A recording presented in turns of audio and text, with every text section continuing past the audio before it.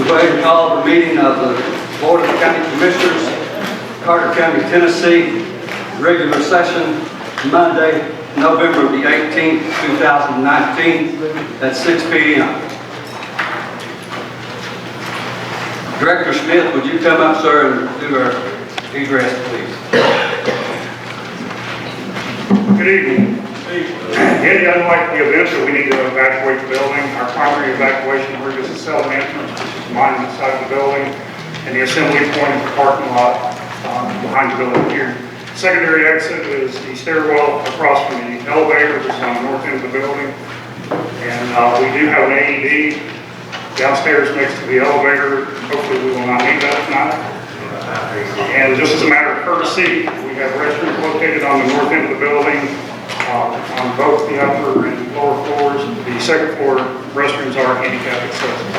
Thank you, sir. Thank you, sir. Madam Clerk, call the roll.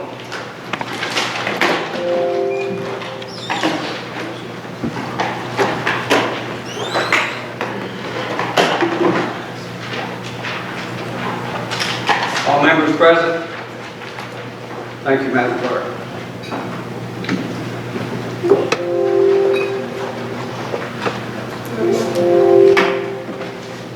On the agenda, after item 13, I want you to add as number 14. Number 14 will be Commissioner Jenkins and Mr. Chris Little. Please put that as number 14. As you can see, we have a very lengthy agenda. Long night, maybe not productive, we hope and pray. With that being said, I'll entertain a motion to approve the agenda. So moved, Commissioner Travis Hill, second by Commissioner Frazier. Madam Clerk, call the roll.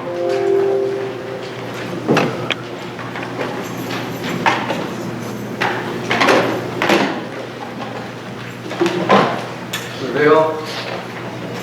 Thank you.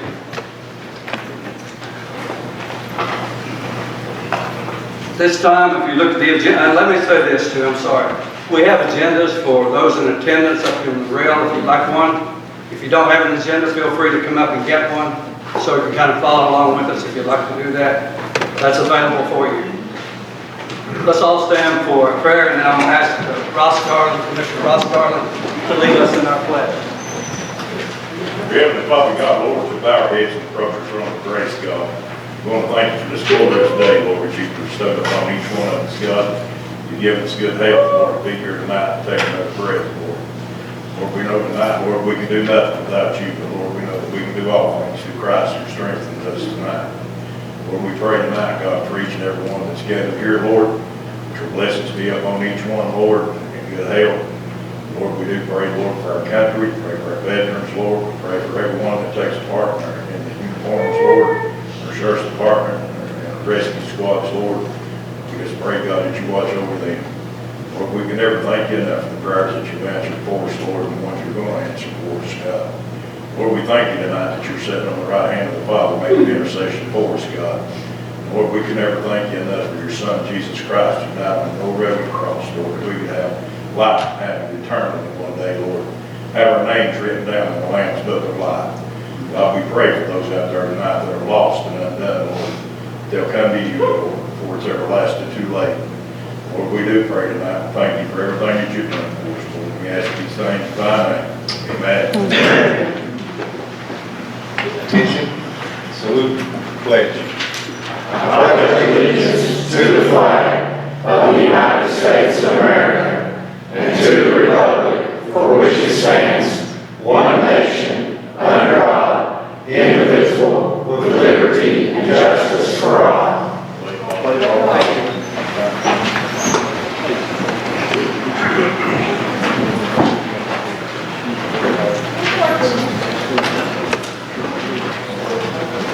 At this time, I'll recognize the elected officials and all appointed officials and our guests as well. Would you please stand? Let's give them a hand, please.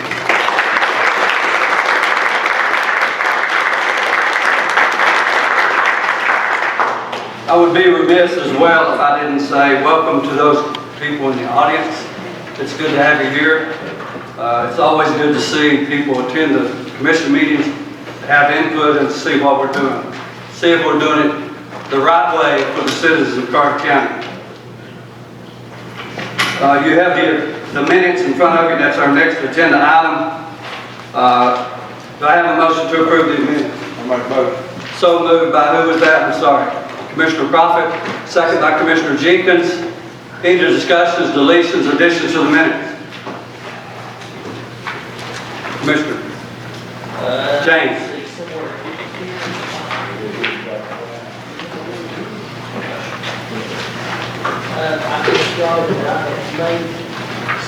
That's on page 109. I think you pointed out to me, Commissioner James. Yep, it's got that I had asked Chris Short to give the money back, and that's what we voted on, but it was asked to rescind. So we need to correct that, and that should be rescind by Commissioner James. Instead of making a motion for Director Sherwood to give the money back, that was a motion to rescind. Is that correct, Commissioner James? Yes. Thank you, sir. We'll make that note. Any other additions, deletions, corrections to the minutes? We have a motion, we have a second. Madam Clerk, call the roll.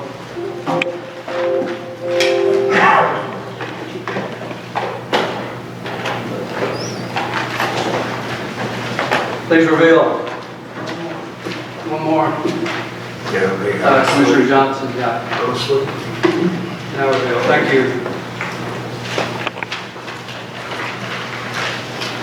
Mr. Chairman, Yes, sir. Commissioner Johnson. one item I noticed up on our agenda was not recognized. Getting feedback somewhere. And that is, this month was recognition of veterans of our country. And if, so I know that my deceased partner beside me was a proud server. And in his behalf, I'd like to have recognized all veterans in this courthouse facility, if you don't mind.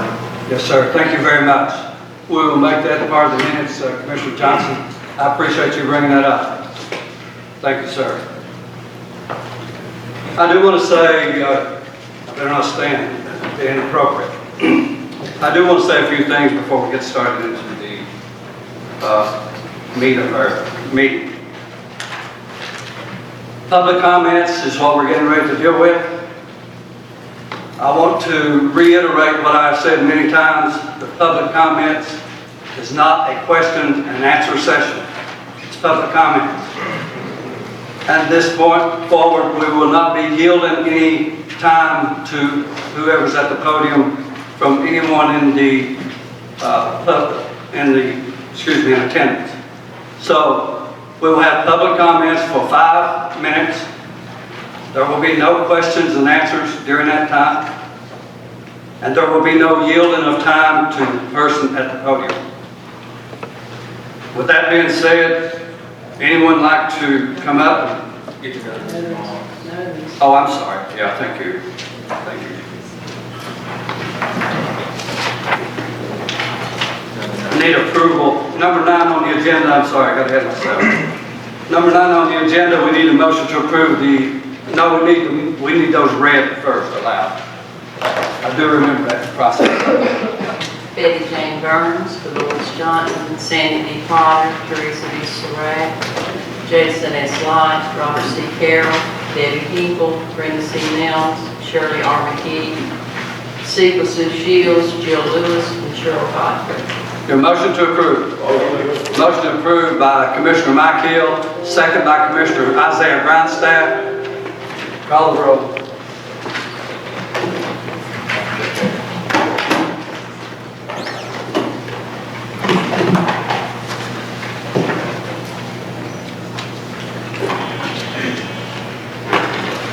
Approved. Thank you very much. See, when you're in this chair here, if you get too fast, you overlook things. But thanks to my worthy attorney on my right side, he keeps me in order. At this time, we will have public comment. Yes, ma'am, please come to the podium, state your name and address, please.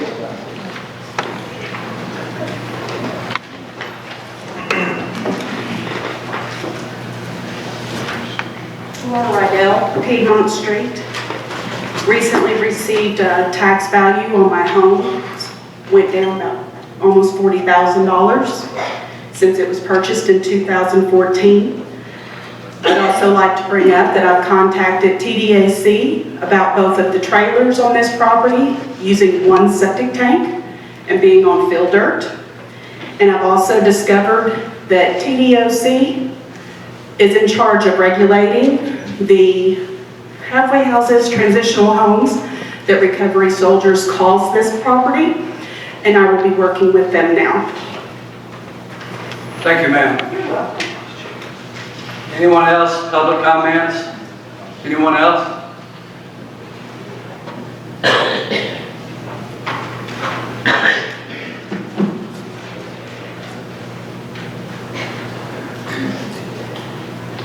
Do I see someone coming to the podium? Seeing none, we'll move on with the agenda. Thank you.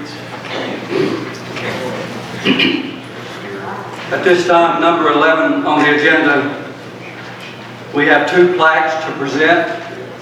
I'll go ahead and ask Commissioner Ginger Holden if she would come to the podium, introduce the first one, and then present and say whatever you need to say, Commissioner Holden.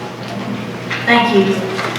When I met Ed Jordan about 2.5 years ago, I recognized immediately his sincere appreciation for the beauty of our county.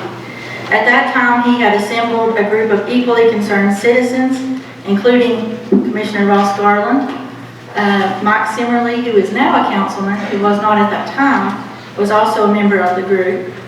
He ran very organized, informative meetings.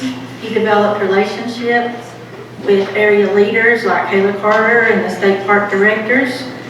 He worked diligently to get his club, at first called Carter County Proud, to become an affiliate of Keep America Beautiful, renaming it Keep Carter County Beautiful. He can be seen almost daily walking the roads of West Carter picking up trash, and that is in addition to the semi-annual Milligan Highway cleanups that the group does.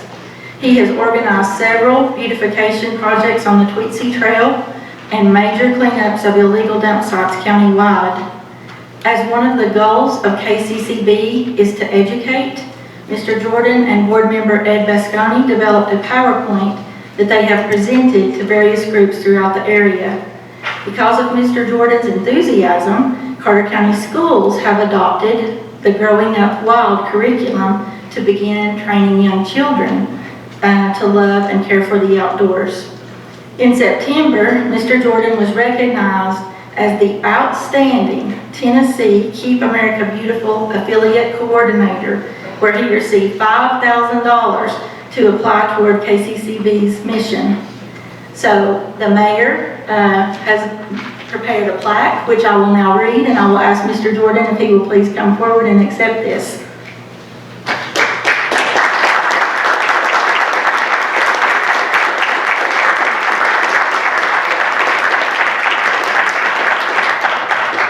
Okay, and I will read the plaque for everyone. It says, Carter County Mayor Russell Barnett and the Carter County Commission wish to honor Ed Jordan for his service to our community and dedication to bettering the lives of our citizens, 2019. Mr. Jordan, we are thrilled to have you, and we just want to thank you so much for all that you've done for our place that we call home. Thank you.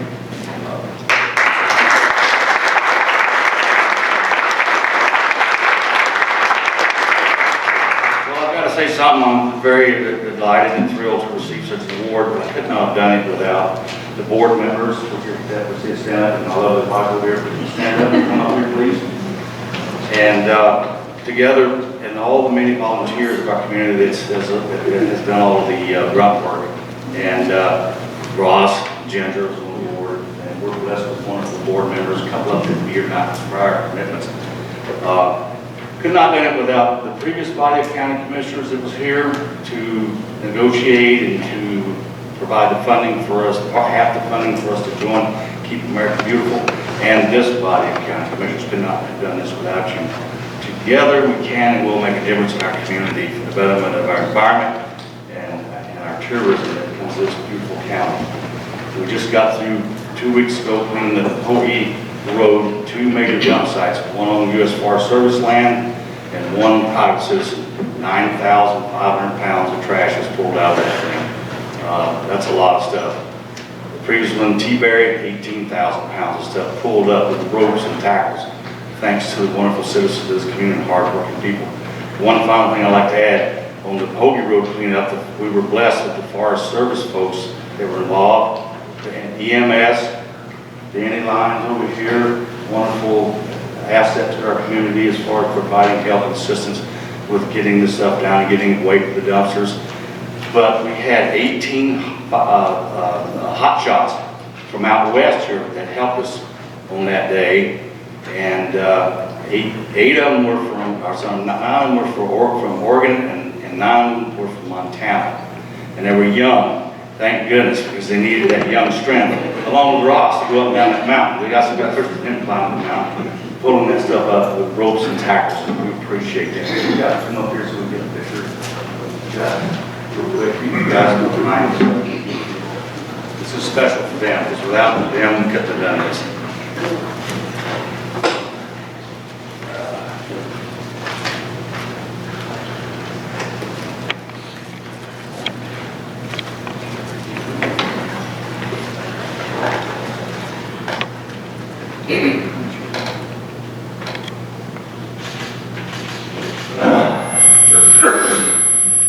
Thank you very much.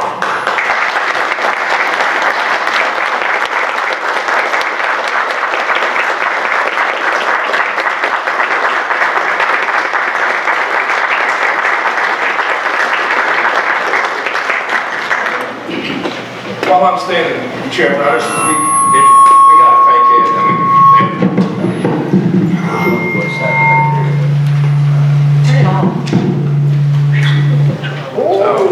Is that the one? It's an honor to work with Ed. You mentioned those hot shots guy in Nashville. That was amazing to be able to have that honor to work with those people. They came in, luckily they were there to help us out. But the countless hours that Ed spends putting this together and making this happen, people don't know how much time that does take. I do, because I see the correspondence and the time that it takes. He sends out emails, talks to, we're probably the governor every day, things like that. Maybe President Trump, I'm not sure. But it's time They want to keep the distance right now. well, that's true. But it's just countless hours that he spends away from his family and away from retirement and things like that. And we really need to thank him for the job he's doing in this county. And it's catching on regionally, and hopefully we get people behind us, all over the place to really start making a real push for this effort of cleanups. But we brought $1,500 on this grant, and we can thank Ed for that. So he does a great job. Thank you, Mr. Jordan. Thank you, Commissioner Gardner.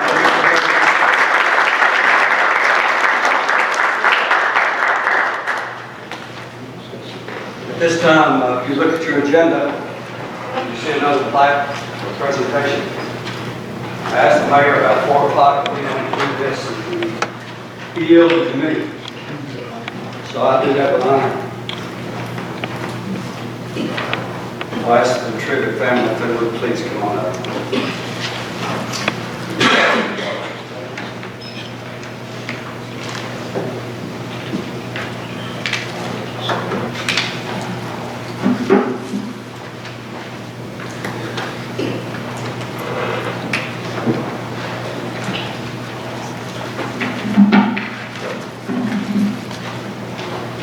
It's a tough thing to do when you lose your friend, a man who has walked as many years as he walked. It's servanthood to his nation, to his county. The father that he was, the husband that he was, the grandfather that he was, and all of us know that served with him. He was a good man. He was a good man of faith. I think that it was demonstrated in all the behavior I saw with all the time I was with him for 6 years. So it's an honor for me, Mayor, thanks for yielding, for me to present this plaque to his family, Patsy, his son, Tony, Lynette, his daughter, and I'm sorry I can't remember the 2 grandchildren. It's good to have all of you here.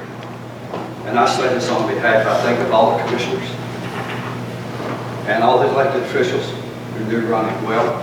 Sheriff, I know had a fond relationship with Ronnie Tripp. And I'm just going to read this to you, Patsy, if I could.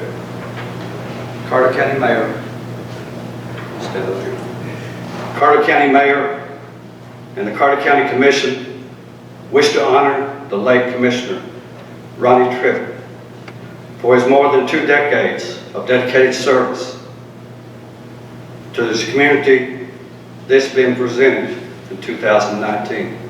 God bless you all as you still deal with the loss of a wonderful man. I appreciate you coming down here.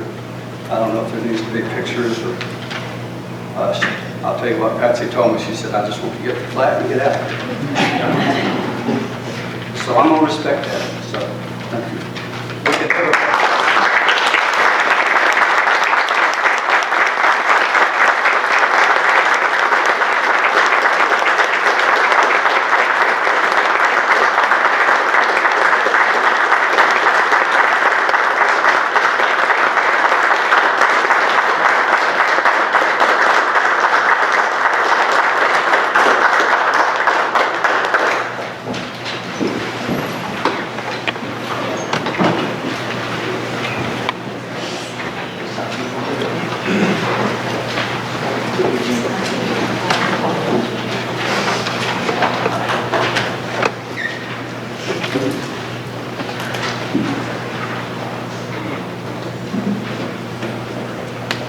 I'm going to read a card that Patsy Tripp wanted me to read to the full commission. You have a wonderful way of going out of your way to be wonderful. Thank you for all your thoughts, your support during our time of loss, the Tripp family.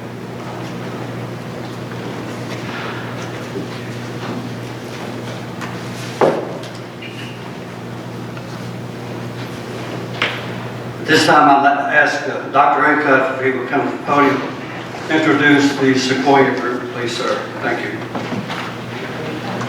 Thank you, Chairman. As each of you know, we instituted the new health insurance program for county employees this past year. That bid was awarded to the Sequoia Group. They're here with us tonight, and I'm going to ask Kelly Greer in just a minute to come up and give us a short presentation. But they submitted to the Finance Department a report recently, which I think many of you will be pleased to read. We not only saved the county a significant amount of money, but I think the most important thing that we did was allow our county employees to get better insurance in all forms at a more affordable price, and also be able to insure their dependents, their spouses, and their families. Significant difference. So Kelly's going to run through a couple of slides with us tonight and show you where we are with that plan. So, go.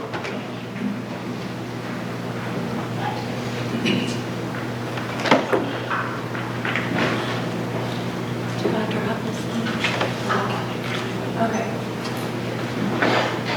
Good evening. Thank you all very much. I will try to be brief and quick.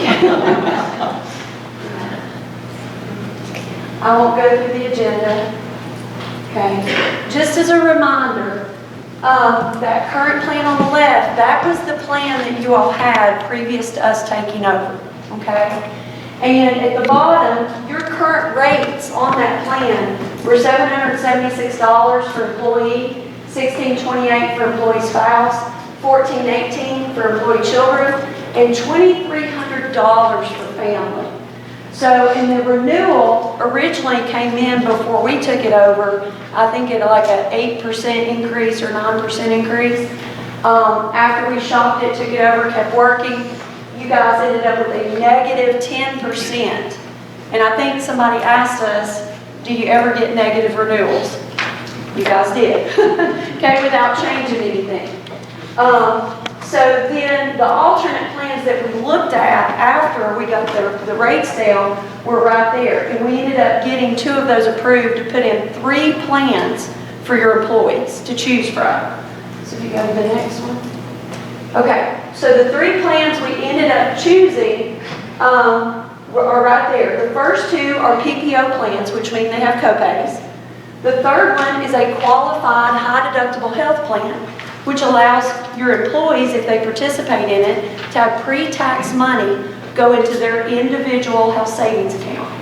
If you look at the bottom, what is very eye-opening to me, and I hope that you all see this for your employees, see that gray where it says EE 3580, ES 429, EC 332, and family 763? That is what was coming out of your all's employees' paychecks for insurance previous to this open enrollment. That's why you only had 1 family enrolled in coverage. They were paying $1,400 a month for coverage. That's crazy. That's all their paycheck. After you all made the decision to do what you did, if you see the 3 plans they can choose from now, that third plan, families can get coverage for $400 a month. That's a huge difference from $1,400. That's a second. So, and they have 2 plans that they can pick from for free. Okay? A PPO plan and the qualified high deductible health plan. All right? So 3 great options, and we've heard a lot of positive feedback from your employees. If you go with another. So I'll run through these real quick. There's your plan 1, 2, and 3. That shows the total premium that is billed to you all from Blue Cross Blue Shield for each of those plans. You'll go to the next one. Grandfather and non-grandfather, these are the contribution strategies. This is more for the finance department so they can keep up with. So if you'll go to the next one, grandfather. So after enrollment, we ended up, the total Carter County cost is about 1.5. And total annual cost, and that's combining the 2 plans together. So if you go to the next one. So we moved to Delta Dental on the dental, which we've had a lot of positive feedback from the employees. Just so you all know, we came over from the Sheriff's Department tonight. We come up to your Sheriff's Department every month and meet with new hires. So, and I think they've been very appreciative of that. So if you go to the next one. Vision, you guys have the vision plan, we kept that through Blue Cross Blue Shield. But as a reminder, remember before you guys were told if you enroll in medical, you have to take vision, which was crazy because people had vision that didn't need it. And then we had a lot of employees that had employee-only medical, but they wanted employee spouse vision. But they couldn't do it because it had been tied together. And you all thought that it was because Blue Cross Blue Shield made you tie it together, but it wasn't. Okay? Basic life and voluntary life, we kept that with One America, changed the contracts to make it a little better. If you flip again. Disability, now employees have short and long-term disability, so they can actually pick up disability that will cover them all the way to Social Security normal retirement age, if they need it. Before, it would only go up to 2 years. Okay? If you flip again. Other options to round out, these are voluntary plans that employees can pick. Critical illness, cancer, accident, universal life with long-term care. That's nursing home, assisted living, at-home nurse care. Okay, so you guys have a great benefit package. All right, so this is where it gets interesting. On the left is pre-enrollment. This is before we did open enrollment, okay? So you guys have Blue Cross Blue Shield of Tennessee. Your total premium was 1.9. The county portion of that was 1.7. And you only offered 1 PPO plan. You had 201 employee only enrolled, 2 employee spouse, 1 employee child, and 1 family. So you had 205 total employees enrolled, but only 4 families covered. After enrollment on the right, you stay with Blue Cross. Look at how much your premium dropped. Total premium to Blue Cross dropped to 1.5. But your total enrollment increased to 228. You picked up 23 employee lives, and your premium to Blue Cross went down. That's huge. So your total premium was 1.5, county portion 1.5, 3 plans offered. So on the breakdown, now you have 200 employee-only plans, 13 employee spouse plans, 12 employee children, and 3 families enrolled. So now you have a total of 228 with 28 families enrolled. And if you look, the majority of your enrollment in option 1, employee only, 119, then look how many people picked up the high deductible HSA plan, option 3. It was a good decision. Very good decision. Okay? Pre-enrollment on the left side for your dental was with Emeritus. If you remember, we talked about there was a limited network of dentists. There was 2 within 50 miles. So what was happening where your employees were getting balanced billed for cleans. Tanya Range tonight, we were over at the Sheriff's Department. She was talking about that with the employees we were meeting with.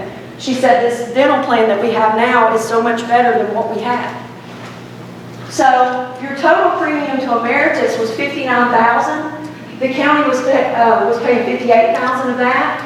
There's your enrollment. After enrollment, moving to Delta, the premium went up to $82,000, but the county portion about stayed level. Why is that?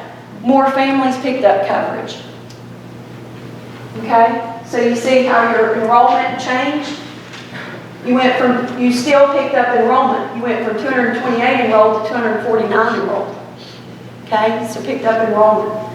County savings actually turned out, even though enrollment increased, county savings is $1,253 on dental. All right. Vision. It was through Blue Cross Blue Shield. The county was told it was mandatory to have the vision and the medical together, which it was not. So we recommended taking that apart, which made sense because the total premium was $13,000 before enrollment. The county portion of that was $12,000 because guess what? When it was tied to the medical, the county had to pay it too, whether people needed vision or not. So the enrollment is below. Post-enrollment, the premium stayed about equal, $13,500, but the county's only paying $4,000 now. Okay? And your enrollment went down a little bit because people who don't need vision usually don't take it. All right, financial dashboard. If y'all remember, I talked about one of our tools that we use to help keep up with your renewal and keep you out of the dark so that way your finance director knows how you're running, how your plan's running. So Brad doesn't get a 20% renewal given to him, 2 months before his budget, is this financial dashboard. Colton Birdwell, if you'll stand up for a second. Colton Birdwell is our analytics guy who runs this dashboard for you guys, okay? He has a finance background, unlike me, so, but very good with numbers, all right? So I won't go through the details of this, but if you'll flip through here, if we keep going. So we're going through total claims, we're going through all this data. Back up one for me. This was very eye-opening when we met with Brad. We track your all's data over a 3-year period. It helps us negotiate your medical with the carriers because we have your thumb on exactly what's going on. They can't tell us, oh this, oh that, oh this, we know. So this bottom left-hand corner is extremely eye-opening to me. From years 17 to 18, you see your enrollment, employee only, and employee dependent, 18 to 19, and then see last year what happened when you all changed. You picked up a lot more families, okay? If you see the top right, that's how your claims are running, okay? If you'll go to the next one. Okay, this is something that's crazy that we use. The purple line represents the premium to Blue Cross Blue Shield. The green line is 80% of premium. Why? Because the medical carrier wants you to run at an 80% MLR, medical loss ratio. So they only want you to hit 80% of the premium. So the blue line represents your claims right now. The red line represents 12 years behind, or 12 months prior to that, the the mirror image. So anyways, the blue line is 10 of 18 through 9/1 of 19. So most of your points are below the claims line except that spike in March. All right? If you'll go one more. Colton, did I miss I'm looking for the slide that has the premium to claims over 3 years. Because they got hit with a renewal, a crazy renewal 3 years ago. Do you remember us looking at that? Yes, it was at the very end. Okay, if you go back up real quick. Under the memo section. Right here? I think it was one back. Okay. Right there? Is that where you have it? Okay. Plan year 16 to 17, you guys got hit with an 8.65% increase. And when we tracked your claims and did it, we showed you all should have gotten a negative renewal then. Okay? So, if you'll go forward. Oh, go back. That's where it was. It was top left. Top left. That's what I was looking for. Top left graph. That shows what I'm talking about. So that top left graph, you see how the blue is claims per employee per month? The red is premium per employee per month. So see back in 2017 to 2018, you all were paying $703 per employee per month to Blue Cross. Your claims are in at $440 per employee per month to Blue Cross. Okay? So, we'll go forward. This is where we track all of your claims monthly that go into these graphs. I won't go through all that. Keep going. That's the years before. That's broken out by plan right here. This is where we pull off any large claimants. If you remember one of the meetings that I had with you all, I said, somebody asked, well, what if we have some high-risk claimants? We've been told that we can't get a lower renewal with high-risk claimants. No, not if it's over the pooling level. The pooling level is the reinsurance that Blue Cross Blue Shield has on the backside. So they don't pay those $400,000 claims. So we take them off so they don't hit you. And that's why we're tracking what claims. So we had a claim right there, 100,000 plus. One claimant hit 424,000, so we pulled 324 out of our projections because that goes to Blue Cross's reinsurance. Does that make sense? Okay. Keep going more.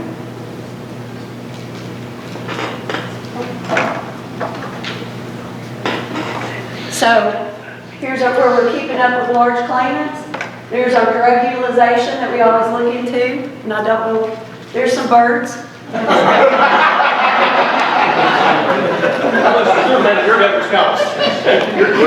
Insurance birds. That was just to see if you were paying attention or asleep. I could sound like the Charlie Brown teacher, wah. It's back when you can show what it's tracking at right now. Oh, the projection? Yeah. Right. Okay, right here. So right now, so typically, when we take a group, and I want y'all to sink this in, when we take a group and we lower their premium, because renewals are claims to premium, that's all it is. When we take a group this size and we lower your premium to Blue Cross by $400,000 yearly, you're not sitting on a negative projection renewal for the next year. Because we've killed your premium. So typically when we run this, Colton comes to me and goes, Kelly, you're not going to believe this. It's like, what? He said, they're sitting at a negative projection. So we trim this out just like an underwriter. And we actually, this is analytics that an underwriter uses. So we're projecting your renewal. Okay, we've got it trended out. So we've got you at under a negative 2.8. Of course, that can change. We still got a lot of year to go. But we never see this. We usually see about a 20% increase because we've dropped your premium tail. Okay? All right. So, wellness discussion real quick. From 10/1/18 through 9/30, there were 276 members, which 240 were employees, 17 were spouses, 19 were children. And we looked to see how many had done their preventive screening. 96 employees had done their preventive annual screening, 4 spouses and 2 children. So about 35% of your employees had done their annual physical.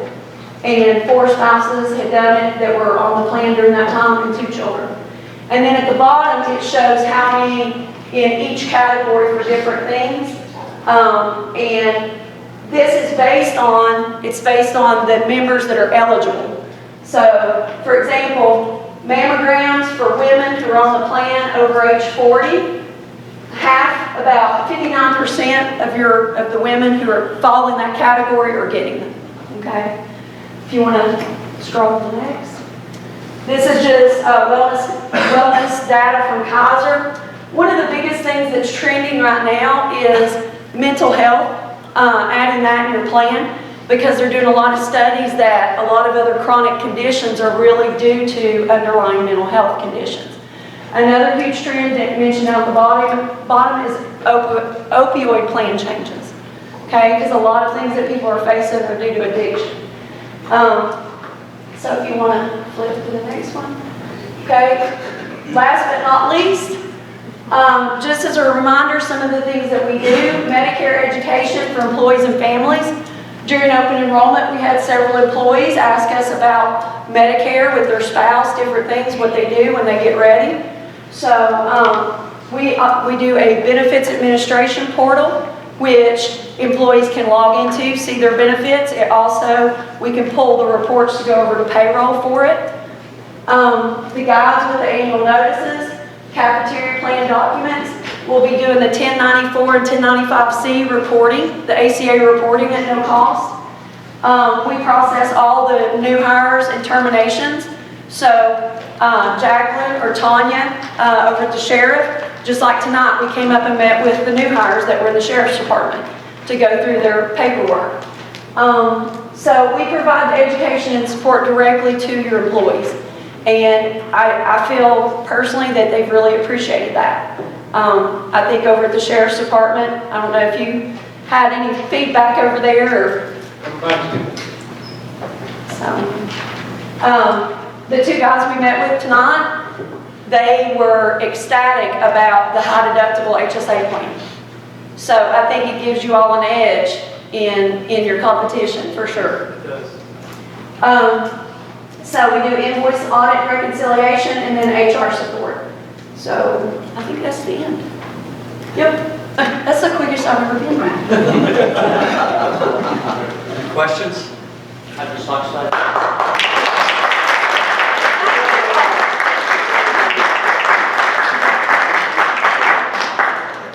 Any questions now? No? Dr. Acuff, we commend you for your efforts on this project. I think it's obvious that it's done a great service to the county, and we appreciate the Sequoia Group very much. Hey, Ray, if I might just say, you know, Yes, sir. I'm Tim Hilton with Sequoia Group, and traveling all over the state, I've got to give it to the commission for what you all did for your employees, giving them that over $3,000 in HSA contributions. You all did what was right for the employees. Nowhere across the state do we see that anywhere. So my hat's off to you guys. Y'all done a great job. Thank you.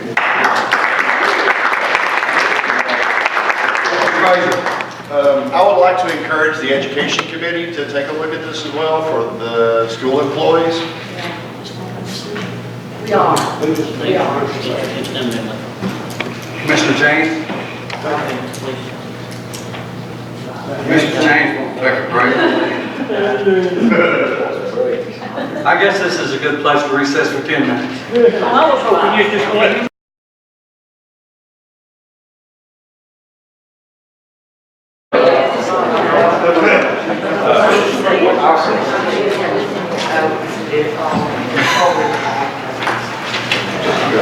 We'll go ahead and get back in session, and I think just number 13, Attorney Hart is going to take care of that proclamation.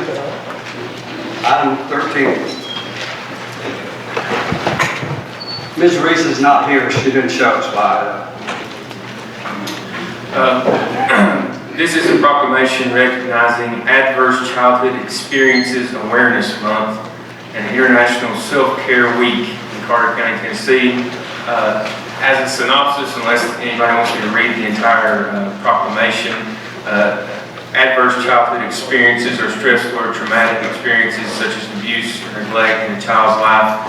This month is set aside for education for those purposes. There's several events detailed in the proclamation which are going on this month in support of this endeavor. So that's what it is. It's a mayoral proclamation, and as he said, Ms. Reese isn't here. If anybody would like me to read it, I will, but that's the gist of it. Motion to approve is presented. Motion to approve by Commissioner Mike Hill, second by Commissioner Culler. Any discussion? Madam Clerk, call the roll.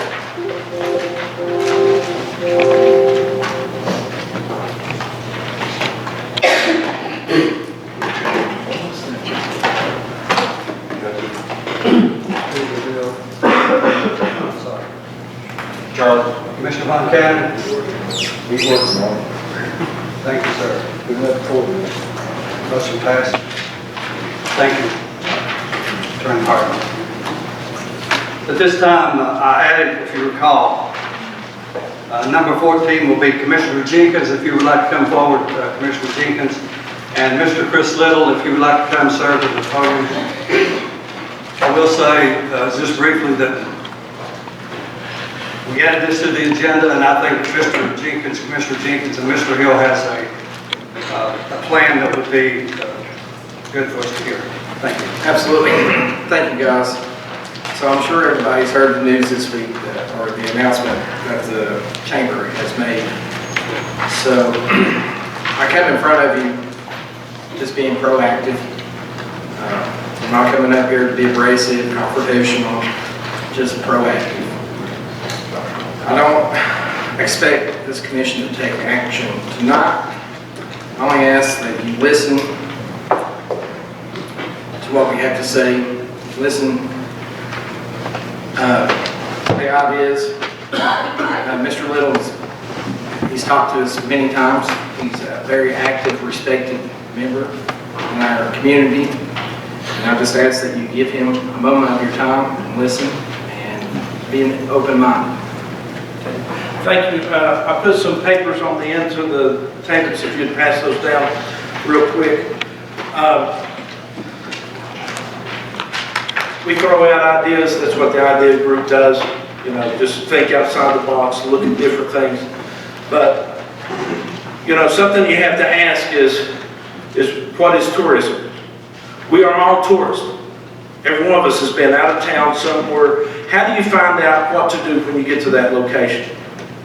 How do you find out what all is going on in that town and what's available and where you can go? Because that's money spent, okay? Insanity.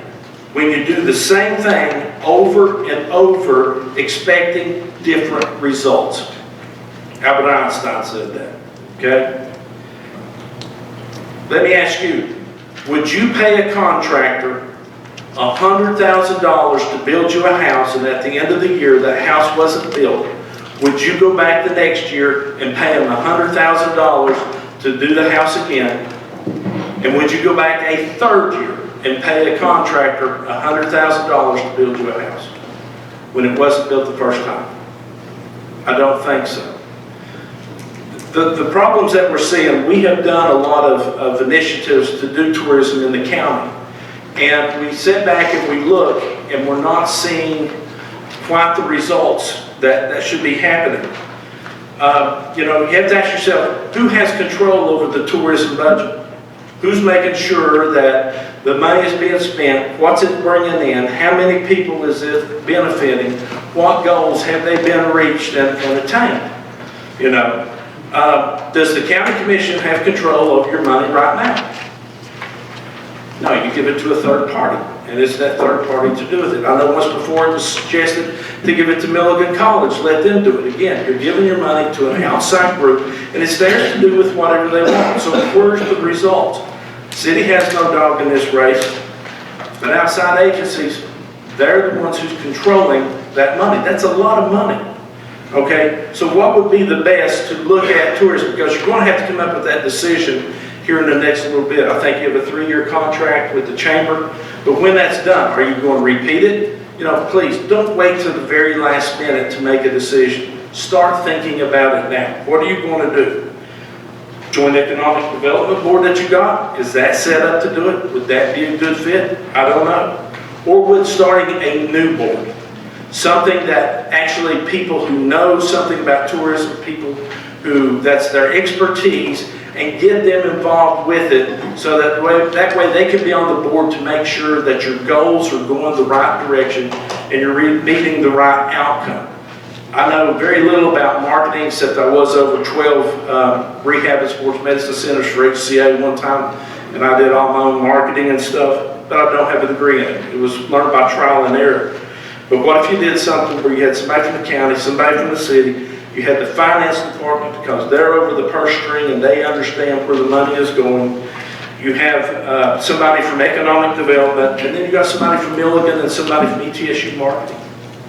What if they were on the board? These are the people who understand the numbers and how to get out there because they are teaching the future tourism directors.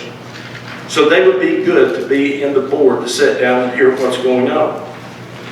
What the board would do, biggest thing, board would hire and fire that tourism director. Because right now you've got no control over how anything is run. You need that control. You need to make sure that things are occurring the way they need to be. Okay? You know, they need to set policies, procedures. They don't need to micromanage, but they do need to make sure that the money is being spent correctly and it's being spent in the right places. The tourism director, you need somebody with vision. Somebody who's going to look and see all the stuff that we need. Not somebody who's going to mend the store. You need somebody who's going to get out and meet with the groups. I will just say that there's a bed and breakfast hostel in Carter County.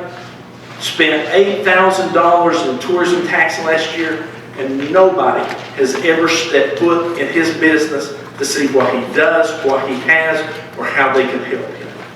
So how much is that happening with the others? That's your tourism. That guy's bringing money in. He's paying taxes. He's doing land improvements. That is tourism. Nobody's talked to him. They don't even know he's there. Okay? But your tourism director, he needs to have contact with other people and find out what's going on. Best way to do it is advisory boards or advisory committees. He can't sit down with everybody every month, but what if you had a quarterly meeting or every fourth month meeting with one group of whitewater sports, the kayakers, the rafters, the fishing guides? Has anybody ever talked to the fishing guides? If you look at your very last page, this came out of the Bristol Herald Courier, okay? Bristol, Virginia. The Bristol Chamber of Commerce, Bristol, Virginia, Chamber of Commerce is coming back seeking $75,000 for fiscal year from the Bristol, Virginia City Council. That comes a year after the city took away the funding. Fly fishing on the Watauga River. Bristol, Virginia is marketing our stuff because we are not. They see the income. They see the potential. We don't. Up at Greenbridge Landing, we met a guy who had a funny accent. We asked him what he was doing there. He came to Whitewater, the Hampton Gorge, from Rome Mountain down. He was from Tanzania. I had to look it up. That's East Africa. There was a guy on a plane brought his kids up to raft down the lower part of the Doe. Then they were going to do the upper and they were going to do some other things. They brought their plane from Texas and had rented a truck. People know more about what's going on here than we do. Why? Where's it mentioned? Where's it told? So anyway, you know, if you got an advisory board where you met with the hotels, the B&Bs, you know, every time a B&B opens, they're putting money in their own pocket. That's money that's staying in this county, not going to AmeriCorps or somewhere else. Somebody adds a couple of cabins onto their property. Number one, we got the property value increased, and now we're getting a hotel tax off of that Airbnb. We don't have a hotel, but what if we had 100 Airbnbs? Hell, that's bigger than the biggest hotel in Johnson City. Strike that. Strike that. But you see what I'm talking about. Those Airbnbs make a difference here. The cabins make a difference here. That brings people in, and that's money that's staying in this county. And that's money that people are spending, but it's also increasing the property values. Your outfitters. You know, what's going on over here at Off the Grid? or with some of these other businesses, Doors or Porch, you know, they bring kids from all over the United States. Wouldn't it be great to have a packet to send to their families? Hey, why don't you come up and stay while your kid's up here? If you like fishing, you like hiking, you like camping, you like all this other stuff, partnership with some of these private businesses. Let's get our information out there and let's let them know what's going on. You've got a rack downstairs in your courthouse. It shows all the stuff that's going on. As of last year, I didn't look at it tonight, but you look at it. There's Kingsport, Bristol, Greenville, Morristown, Saltville, Virginia, all these others. Do you know what was in that from Carter County? Zero. Zero. I have a series of photos of that rack, Chris. Yeah, zero. There wasn't a single thing about Carter County in your own courthouse. Now, how do those racks work? Those racks are called pay to play. You pay the company, they make you a nice flyer with all the advertisements. They sell advertisements to hotel, motels, all that stuff. They take that, they go out and they put it in these racks for people to see. First place my kids go on vacation, to that rack. They want to see what's going on and where to go. Where do we have it? Went up to AmeriCorps Hotel. Was talking to the guy, said, what do we need up here? He said, I need a map. I don't have a map that shows all the interesting things in Carter County. I said, you don't? He said, no, we don't have one. We don't have one for the city. We don't have one for the county. I said, yeah. I said, what kind of thing? He said, we like the hotel. I mean, the drive-in right up here. Girl was coming in to replace him. She was sitting there listening to our conversation. Honest to God, she looked at us and said, there's a drive-in? Works there, a half mile. Didn't even know that there was a drive-in there. So we're not getting our information out. That helps the local businesses, that brings money in. But anyway, they need to meet with all the different groups regularly. How can I help you? What can I bring together? How can we promote your business? Because your business, you grow, you spend money in the county, that's bringing outside money in here, not taking money and sending it away. Once you get your director, you need to develop a plan. How are we going to move forward? What are we going to do? And then implement that plan. Marketing. Have you ever seen a booth for Carter County over at the Apple Festival? Or the Gray Station Fair? Or Rhythm and Roots? That's 100,000 people coming into Bristol that has no idea that very next door is something for them to do. We've got to market this better. We've got to market our county. And the only way to do it is for us to take charge and look after it. Fairs, advertising companies, the little boxes downstairs, partnerships that you can develop with other people to turn around and help co-promote. Tourism maps with points of interest. We need something to hand out to show the people what all is here in Carter County, where the Blue Hole is, where the rhododendron gardens are. You know, they have no idea. They don't know where it is. And most of the stuff we have, it's not labeled with a 911 address. You know, punch it into the GPS, find out where to go. Okay? We have some infrastructure here, but it needs improvement. The Blue Hole, we need a parking lot. We need to get access for people there. We have turned around and taken some existing things and expanded on them. We've developed new things. I mean, look, here's a list of 17 initiatives that were started by citizen groups working with either Carter County Park and Rec, Elizabeth Park and Rec, but all these ideas, all this started with citizen groups wanting to start it. Do you know how much the chamber had control in this? Or input? We did it on our own. Maybe we did some things right, maybe we've done some things wrong. I don't know, but at least we're trying. But that's 17 initiatives that this county didn't have. Those are in just the last 2 years. Okay? Greenbridge Landing was an illegal dump. Now we've got kayakers using it. They're using it for parking for the ball game. There's picnic tables up there. That wasn't there 2 years ago. Okay? There's other things that we're getting ready to build on and do around here. And we need to develop new tourism. The Elk River. We need to be able to go out there and talk with somebody and say, hey, have you ever thought about putting a campground in here? You've got rafting and kayaking right there. You know, they don't know how. Sitting at one of the, at the station one night, there was a guy he was talking about, he had just completed a couple cabins on Airbnb, or he had just completed some cabins and didn't know how to put it on Airbnb. And they had a girl who, as a hiker, if you stay, you work, you get your room for free. She was from Arizona. She turned around and in 15 minutes, she took that guy's phone and set him up an Airbnb page. and took pictures off his phone that he had made of his cabins and put on it and set him up. Think about that.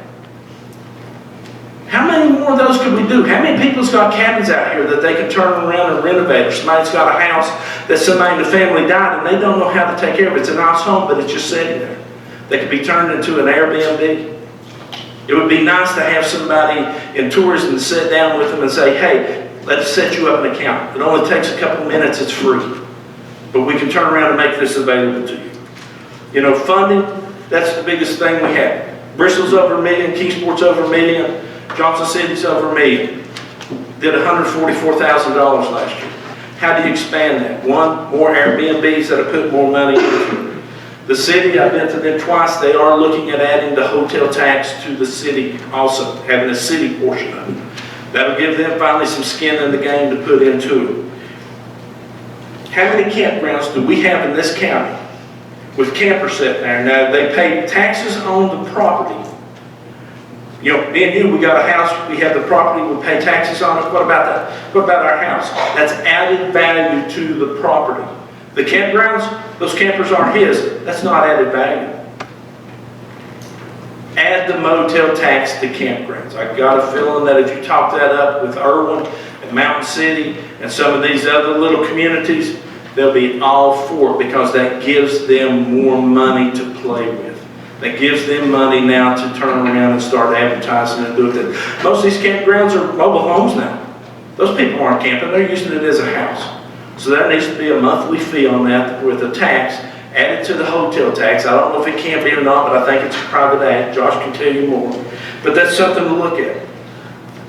Matt over at RAF USA in Irwin, on the NOLA Chucky, they have an entertainment fee for their rafts.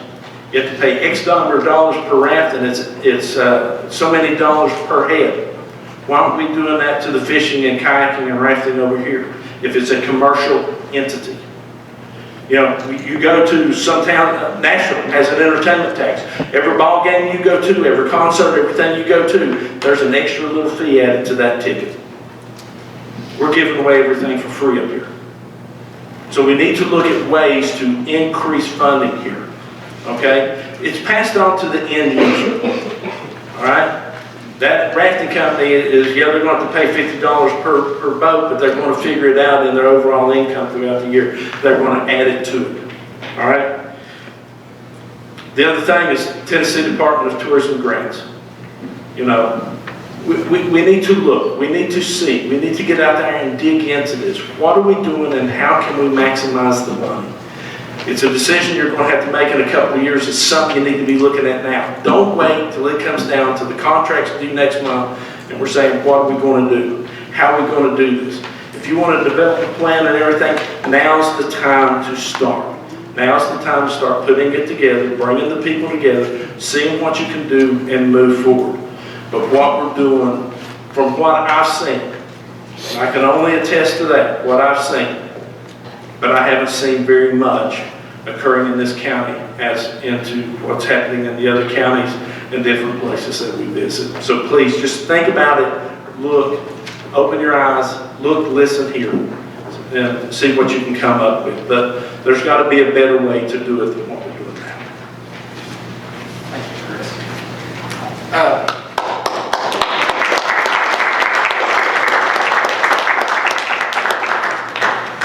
So, I was reading the paper and they quoted the director saying that something needs to be, something needs to happen fast. So with the festival, so this commission needs to think about whatever committee I need to start looking at this. I don't have an answer. I don't know what committee needs to look at it. But whether a chairman wants to step forward and take it, or we'll look at it next month. So I'll come back to you again. Yes, sir. I've already been reaching out. The city's feeling the same way we are, so I think it's a good time to come together on this and talk to the city manager today. We have our meeting scheduled for the 10th of December, the roundtable. So that's a good time, start talking, a good time to communicate together, and they're feeling the same way we are. It's opportunity. That's the way I like it. It's not a problem. It's an opportunity. Commissioner Jenkins, maybe we can try to figure out which committee to send this back to. Commissioner Frazier? I happily volunteer to join Economic Community Development Board. I'll take it on. Thank you, sir, very much. So appointed person will be Commissioner Aaron Frazier. Thank you, Mr. Little, for sharing with us. We appreciate your passion for this county. I know you have that. Let's move on to our next agenda item, which are the resolutions. Attorney Harden, you want to go ahead and take over. Okay, resolution A, I'll start with that, of course. This is a resolution, and I will read this one since it's a dedication resolution. A resolution honoring the life of the United States Army Staff Sergeant Larry Jerome Lyons and designating the bridge spanning Dry Creek at mile marker 2 on State Highway number 361, Marles Road, in Carter County as the Staff Sergeant Larry Jerome Lyons Memorial Bridge. Whereas Larry Jerome Lyons was born on July 19, 1941 to George L. Lyons and Cora Burleson Lyons. Whereas Mr. Lyons was born and raised in Carter County and he graduated from Happy Valley High School in 1959. Whereas shortly after graduation he enlisted in the United States Army where he served his country with distinction for more than 8 years. Going this way. Sorry, I'm off my path. More than 8 years, ultimately attaining the rank of Staff Sergeant. Whereas on June 12, 1967, Staff Sergeant Lyons volunteered for active duty service in Vietnam, where he served as a heavy equipment operator assigned to C Company 87th Engineering Battalion, 35th Engineering Group, 18th Engineering Brigade. Whereas on April 6, 1968, at the age of 26, Staff Sergeant Lyons made the ultimate sacrifice in service to our country in the defense of our freedom when he was killed in action during a hostile mortar attack on an airfield in South Vietnam. Whereas the Board of County Commissioners for Carter County would like to formally recognize and honor the life of Staff Sergeant Lyons by adopting this resolution in his honor and requesting the State of Tennessee Department of Transportation to officially designate the bridge spanning Dry Creek at mile marker 2 on State Highway 361 in Carter County as the Staff Sergeant Larry Jerome Lyons Memorial Bridge. Now therefore be it resolved by the Board of County Commissioners for Carter County, Tennessee, meeting in regular session on this, the 18th day of November, 2019, with the lawful quorum of said board being present, majority voting in the affirmative as follows. The Board of County Commissioners for Carter County, Tennessee hereby adopts this resolution honoring the life of Staff Sergeant Larry Jerome Lyons and his service to our country. The Board of County Commissioners for Carter County, Tennessee hereby respectfully requests that the representatives for Carter County and the Tennessee General Assembly take the appropriate action on behalf of Carter County to ensure the bridge spanning Dry Creek, mile marker 2 on State Highway 361 in Carter County is officially designated as the Staff Sergeant Larry Jerome Lyons Memorial Bridge, and to ensure that said bridge will always bear the name of Staff Sergeant Lyons regardless of the future necessity for replacement. The resolutions will take effect from and after the date of its approval, the welfare of the county demanding. This was reviewed and approved by the Highway Committee on the 7th. Motion to approve, Commissioner Brown. Second, Commissioner McHale. Any discussion? Mr. Chairman? Yes. Did this the report from the road commission, road department? It went through the Highway Committee. Went through the highway commission. Okay. It wasn't noted. Any other? I would like to say one thing. This class at Happy Valley, Ms. Culler knows all the names, but they have had 4 or 5, they had 4 or 5 classmates that died in Vietnam. And they have now got bridges named for all of them except one. And I'm sure that will be coming in the future. They to be admired for looking after their classmates. Thank you, sir. Any other comments?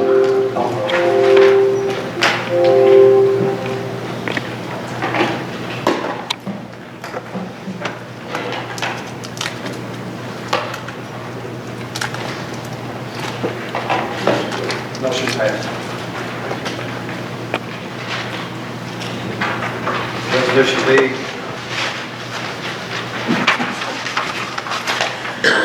This is a resolution amending the age at which a retiring county employee's health insurance may be retained at the expense of the county. Essentially, the current policy allows for a retiring employee who's 55 with at least 20 years of service to remain on the county's health insurance until 65 at the expense of the county. This proposal would change the ages, effectively allowing an employee with 25 years of service to remain on county health insurance following retirement at age 65 at the expense of, at age 62, and 65 would be 65 at the expense of county at age 52. Essentially, 3 years difference if you've been here at least 25 years is the change. And based upon the sheriff's agreement, the funding deficit, if any, would be made up from inmate board bills, state and federal inmate board bills, or commissary revenues. Commissioner Color, make a motion? No, I have a question. No, I'm sorry. This is for all county employees, or is this for the sheriff's department? We need a motion before we go into discussion. Here a motion? Motion by Commissioner Travis Hill, second by Commissioner Profit. Now it's open, Commissioner Collar. Okay. It is for all county employees, not just the sheriff's office. I thought that's what you first said, but then you mentioned that the county sheriff's department is going to fund it. Yeah, well, that was the issue. The county sheriff's department's funding for everybody, for all county employees, not just sheriff's office employees. And let me restate that to make sure I didn't mess that up. It's 55 years of age with at least 20 years of service, or 52 years of age with at least 25 years of service. That's the new rule if this is adopted. Commissioner Mike Hill, you are next, sir. Yes, sir. Thank you, Chairman. A few concerns here. One would be how many individuals does this potentially impact or cover? How many are we talking about? Two, well, the gap between the wage of the retiring party and the wage of an entry-level employee theoretically cover this expense for the county? And three, are we going to immediately be shedding years of experience and knowledge prematurely? How many people will ghost immediately if we put this in? I think that I'll pitch that question to Mr. Burke, if you could help with that, sir. Mr. Chair, if you would, it went through our committee. Yes, sir. I'm sorry. Broke it down completely, and if I could take the podium. Yes, sir. Come on, Commissioner Johnson. Thank you, sir. If the federal pull their commissioners out, we're up against. Commissioner Hill, great questions. That's the same thing. I'm here to report to financial management. This topic here came before our panel. We've worked on it for 60 days. At first, we had the same questions that you had answered, and I have the alpha list of all the employees of Carter County and the amount of years that they have in seniority or their employment and their age. Basically, there is 8 total that could qualify for this throughout our whole 267 employees, I believe it is. Out of those 8, 3 will more than likely take up the offer. And that in itself means it's not the age that matters, it's a matter of who pays the insurance. From right now, from 55 to 65, as he said, the county, out of our budget every year, pays for their insurance. Well, if we allow them to retire at 52, that means that's 3 years on an average of $8,000 a year per employee. With that, the agreement with with Sheriff Lunsford and Chief Deputy Parrish, with the numbers, we analyzed it for their department. And it's not everybody's department, but for their department, there is as much as a $400 savings per employee on retirement that stays in their budget. And that's when you retire as I'm going to give the lieutenant, maybe you're making $36,000 and you coming in will be a whole lot less. Plus, you won't have to pay the insurance because they have agreed from the federal board bill and the state board bill to make up the difference for those 3 years. You get up out of 55 where we automatically take it on. Okay? Now, other employees, other than the ones that we just mentioned, there is one out of the remaining 260 that has the qualifications to do that. But if they take the 52 years, remember, there is penalty comes along with that too, in your retirement. And then when you see what the penalty is, I don't believe you want to retire. Okay? So, but the ones that do want to, we've got that much already covered. Now, any other questions? I have, I'm going to say a subject material expert, Chief Deputy Parrish, if he would join me at the podium, if you have further questions, and Sheriff Clemson, they can expound on it greater or to satisfy your questions. Chief Parrish, do you have any questions further than? Well, you might have walked all the way through for nothing, I don't know. Any other questions? Commissioner Long, Chief. I wasn't going to ask this question because it's probably asinine, but you talk about the federal, some of the money coming out of keeping federal prisoners. Suppose the federal government builds prisons and they pull all of the prisoners out, that leaves you with less money. Is this a big deal as far as outlay from the outlay of money? Is it $8,000 a year, $20,000 a year, $200,000 a year? What's the numbers? It's $665 a month times 12, or whatever that is. It's going to be somewhere just shy of $8,000 a year per employee. It's revenue neutral for us. I'll start there. We realize a savings of $2,152 a month whenever we replace a topped-out lieutenant with a mid-grade sergeant, and that's exactly what will happen. We have to, out of that $1,152, we take $665 a month for their insurance, so we realize $487 a month savings for 2 employees. And that right now, that's revenue neutral, that's revenue positive for us. That's enough to take care of the one potential additional individual that would be in the county that would like to take advantage of the opportunity to retire earlier.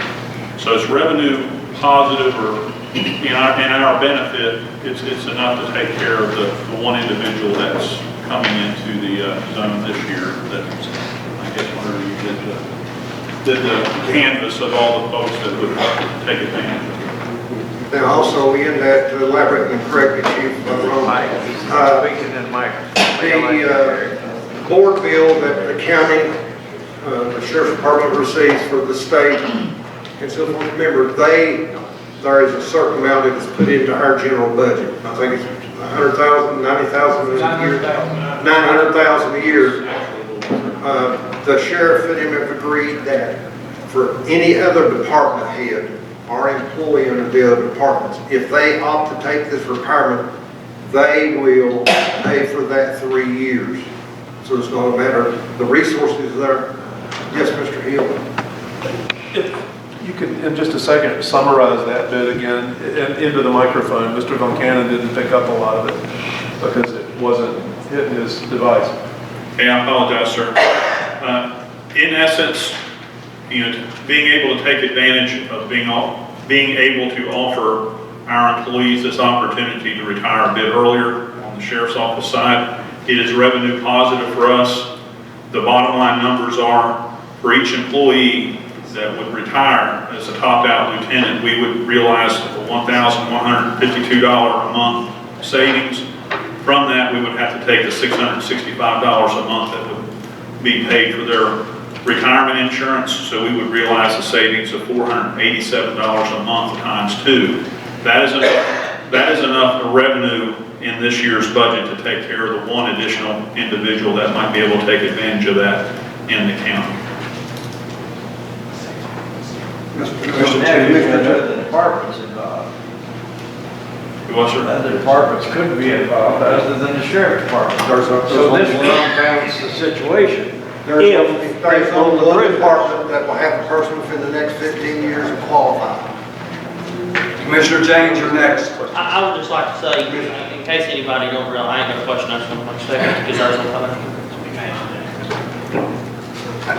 a The whole reason that this came about was that the state of Tennessee's finally stepped up for our first responders and are allowing them to retire out of their TCRS at 25 years instead of the 30.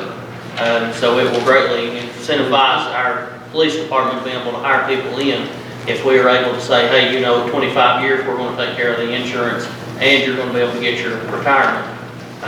But that's kind of what the backstory why this is, and our attorney specified to us that we need to make a blanket policy to everybody for the retirement, if that's what we're going to do for the insurance.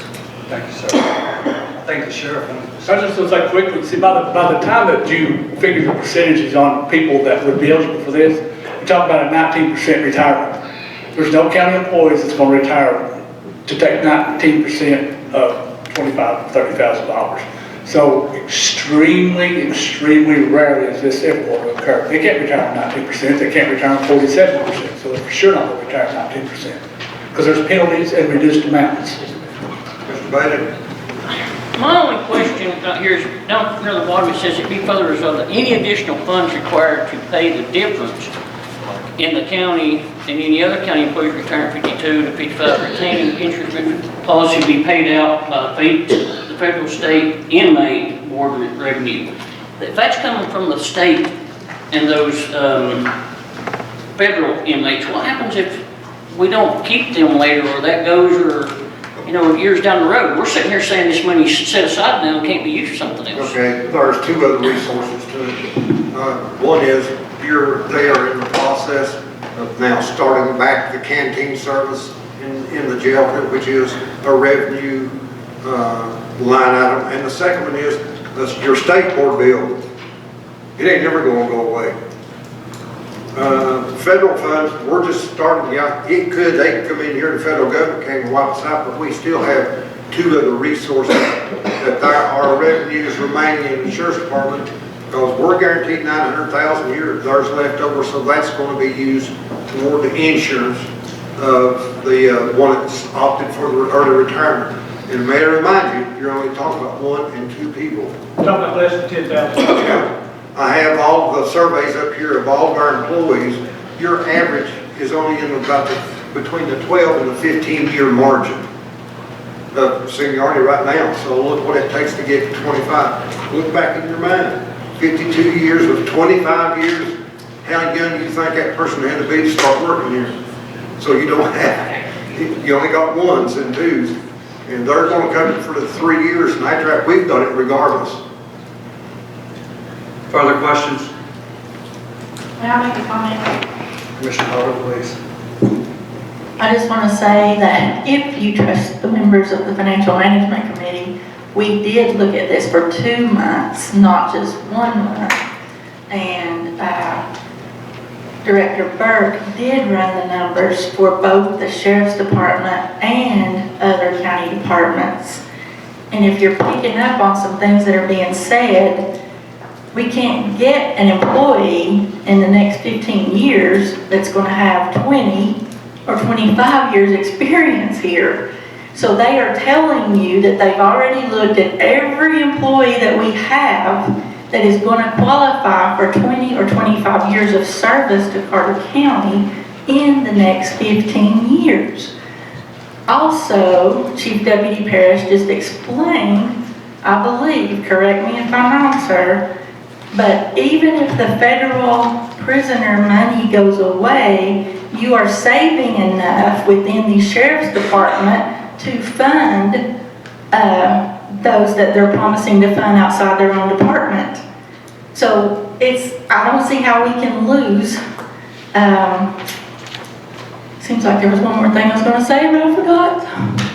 Yeah, nothing left to forget. I am. Questions, other questions? Thank you, Commissioner. Commissioner Wood. I want to make a comment. I just want to applaud law enforcement and first responders who are going to be eligible to take advantage of this. Job well done. I just think it's a great opportunity, and I hope that we can get it passed and get it through. Thank you. Further comments? What was this set up on to start with? It was, to start with, was 55 and 20 years for a county employee.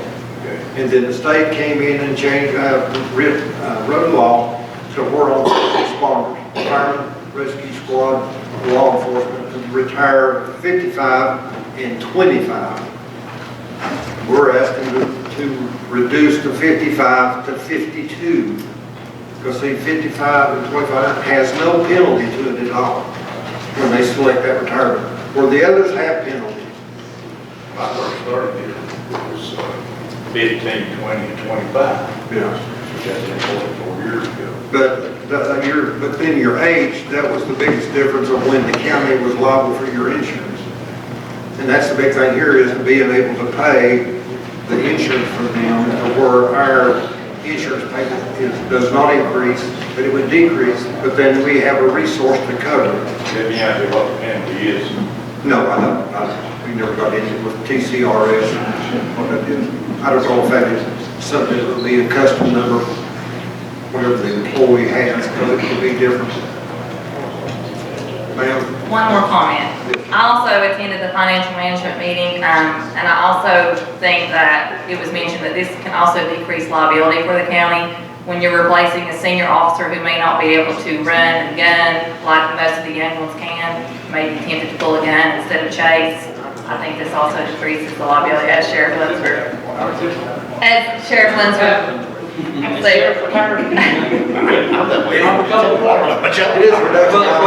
have further questions? If not, Madam Clerk, call the roll. Well done, Commissioner Johnson.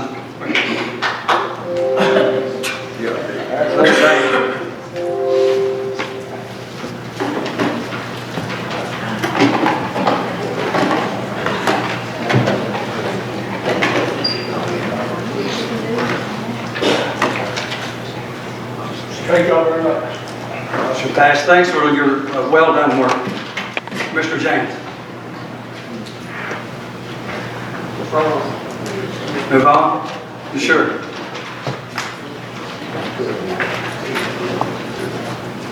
That's just a good question. Yes, sir. Sustain it, or why would they have to sustain on that? That's not including the raise.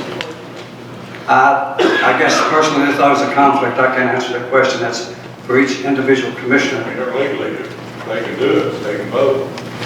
That's sustain, is that right? It can be questioned. If an employee was voting for an increased benefit to themselves, that would be their decision about whether they should abstain.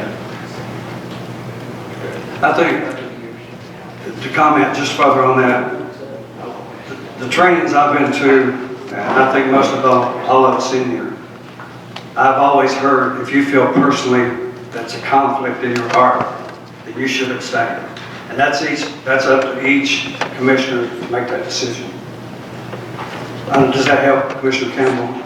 Yeah, I understand what's going on. My understanding was the only conflict would be you were voting for yourself a raise. Is that the state law? It could be an increase in a salary or a benefit. I didn't know anything about the benefit. You didn't mention it, you just said raise. Well, regardless, I think you got 20 yeses, so unless we're going to knock out 9 votes, it will pass regardless. Well, I know that, I'm just giving that information. Yeah, it's salary or benefit. Any increase in your salary or benefit or those of your spouse who's a county employee. Let's move on to the next resolution, C. Yes, sir. This is a resolution. The agenda says 4-year capital outlay note. That was some back and forth while we were doing the agenda, but it's actually a 3-year interfund capital outlay note. $272,186.88 for the purchase of 7 new police vehicles. And I will let Brad, if he wants to explain further how this actually works. It's essentially the county loaning itself money. Of course, the funds will be coming from the general debt service fund over to the general fund, and then the vehicles purchased from there. And the reason it has to be a 3-year capital outlay note, that's all the comptroller allows. But before the end of the 3rd year, we can apply for an extension, which that is the plans, to make it a 4-year capital outlay note. The annual payments will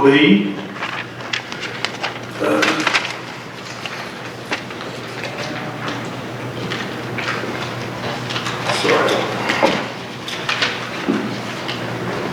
$72,000. But in the end, it will save the county $20,000 in interest payments over that 4-year term.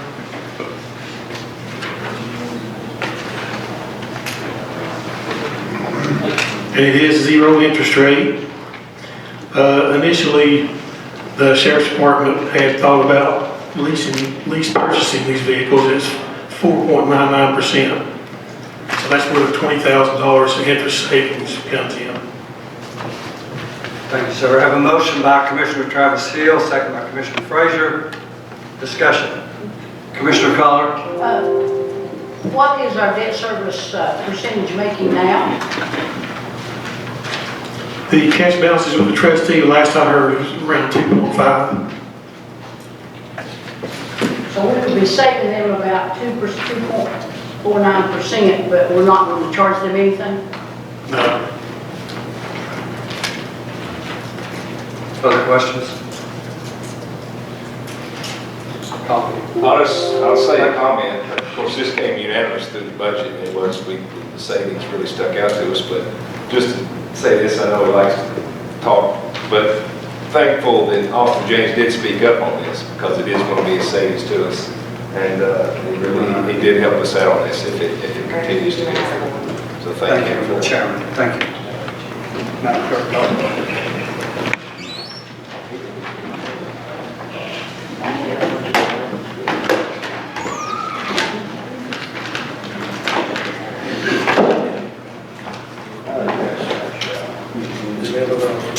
Motion passed. Resolution passed.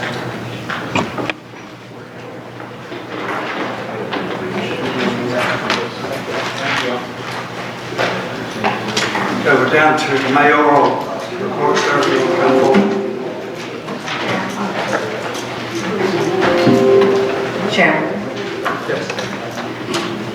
If also could, I'd like to entertain a motion. Would you hold off, Mayor? Would you hold, please? Go ahead with your, Commissioner Woodby. I'd like to make a motion for the county attorney to begin the legal proceedings to collect the money that was illegally paid to planning director Chris Schuler. I'll second it. All right, second by Commissioner Bailey first. I'm sorry, that's a second. We got a motion, second. Let's make sure that we clarify what that motion actually says. Would you repeat the motion? The motion is for the county attorney to begin the legal proceedings to collect the money that was illegally paid to Director Chris Schuler.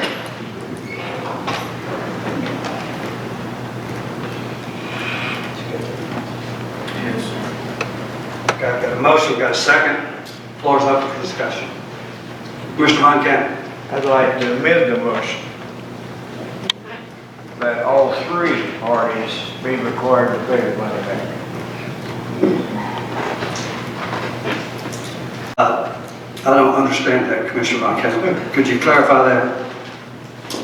Mayor? Commissioner James? I'm saying what Mr. Von Cannon was talking about is, he thinks if we're going to ask this to be paid back, we need to ask the other 2 that we have forgiven to be paid back. And that would have to be a friendly motion to Commissioner Woodby. As far as the rules, she would have to entertain that friendly motion. It's already been agreed to be forgiven, correct? I don't think you can, we've already voted to forgive it. We've already voted on the other 14 times. 14 for 14,000. Respect, that part on the floor. Commissioner Johnson. Mr. Chair, a couple items to the county attorney. One, the word illegal. Have we found charges on somebody for an illegal act in the motion? Not that I'm aware of, sir. Okay, that terminology needs to be changed.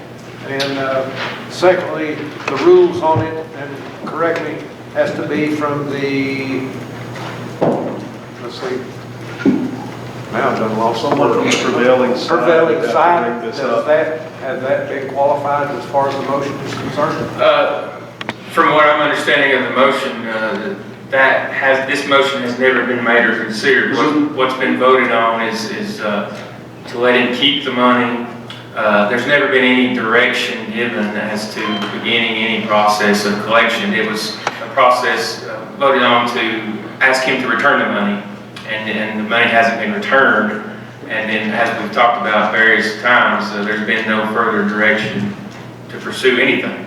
It was just left at asking to return the money. I think it's been asked. So the question would be, what's the next step? And I think that's what this is. Well, this Commissioner has to Hill. come under the two-thirds. Oh, excuse me. Right? Go ahead, sir. Still has to come under the two-thirds vote. No. I don't think so, but what's been voted on before was asking to return it. And this is It's a new initiated motion. legal proceedings to obtain it involuntarily. Commissioner Woodby, would you be willing to strike that illegal? Yes, I'll be willing to strike the legal. Thank you very much. Commissioner Blevins, you were next. I'll get to you next, Commissioner James. I understand the great big, we've got all right. And you speak into that, pull that mic up a little further if you want, Commissioner. Thank you, sir. Take it off. What we know. If we go back to where they predicted this letter, and Brad had to get out of 2 line items, am I correct? Say that again. Yeah, I think you're saying the money that was paid, Yeah. the bonus that was paid was out of two different line items. Well, that's illegal, am I wrong? That's illegal. I think she withdrew. Give them a battery. Commissioner Woodby withdrew that illegal word. Commissioner James. Oh, I want to get an opinion of the county attorney here. Is this going to end up probably costing us more money than what we've spent out? It's possible. I don't know Mr. Schuler's intentions, and I know there's been references made to legal action on his behalf and a legal team that he has. I haven't been made aware of any particulars on that.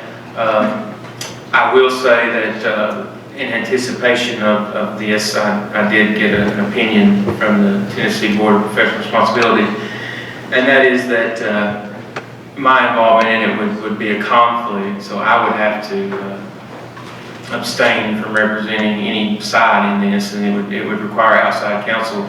Whether or not that's covered by our insurance policy, I don't know. Typically, if an inmate sues us for something under a violation of their civil rights or constitutional rights, our insurance carrier will pick that up and provide representation after the payment of a deductible.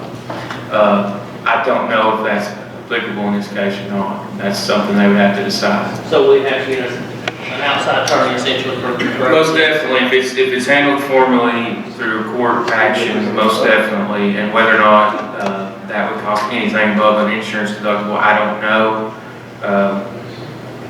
I just don't know that answer to give you tonight, but You can ask the county attorney hard, they're expensive. But of course, Josh, it could be that there's an insurance carrier does pick it up with the payment of a deductible, and then they obtain legal fees. it's possible. That's something I hadn't thought about before tonight, but typically, there's certain instances that they cover and certain instances that they do not. If it's covered, I mean, all we can do is submit it as a claim and see what their decision is. I can't answer that tonight.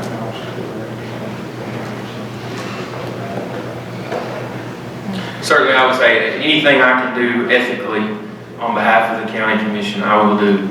How will we deal with knowing whether they're going to pay for this or whether it's an expense of the county?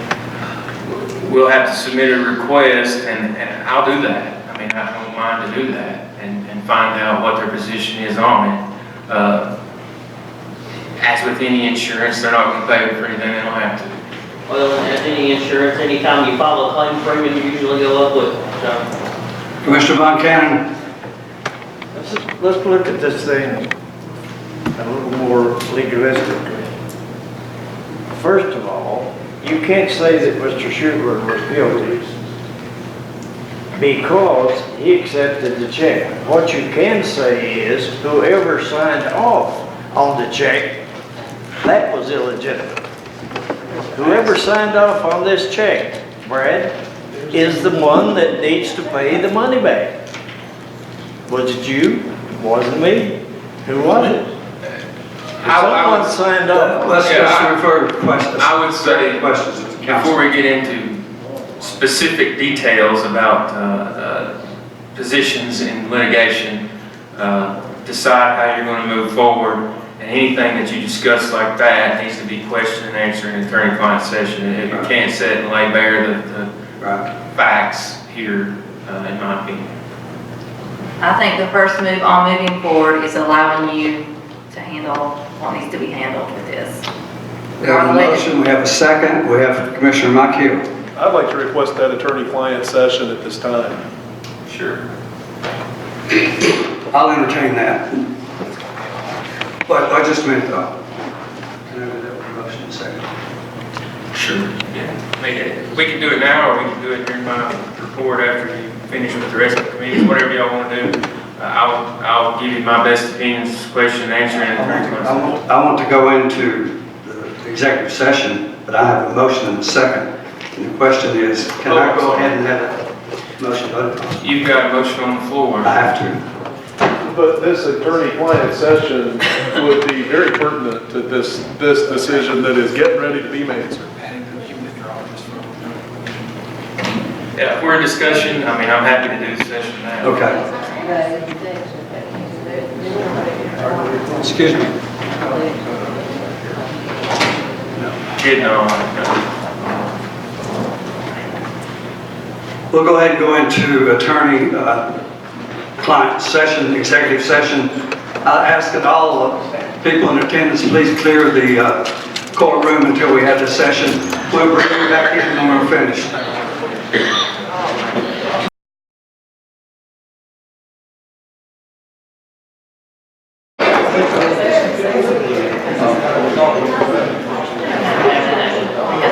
Reconvene our county commission meeting. We're out of executive session. Floor is open. Chair, I'd like to withdraw my motion. But I would like to make another motion. Commissioner Frazier? No, I defer to Ms. Woody. She's asking to make another motion. She would do that motion. I withdraw that motion. Okay, go ahead. I would like to make a motion that the county attorney pursue an informal resolution to the planning situation. Second by, who was that, Commissioner Blevins? Discussion on the motion? Discussion? Seeing none. Commissioner G, would you clarify the motion? It would be informal. He would try to mediate. Yeah, she wants to say please.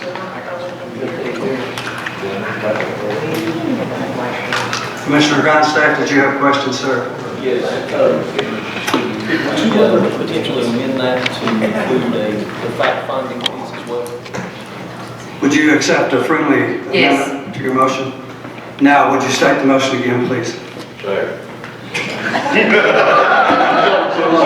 want to make sure we get this right.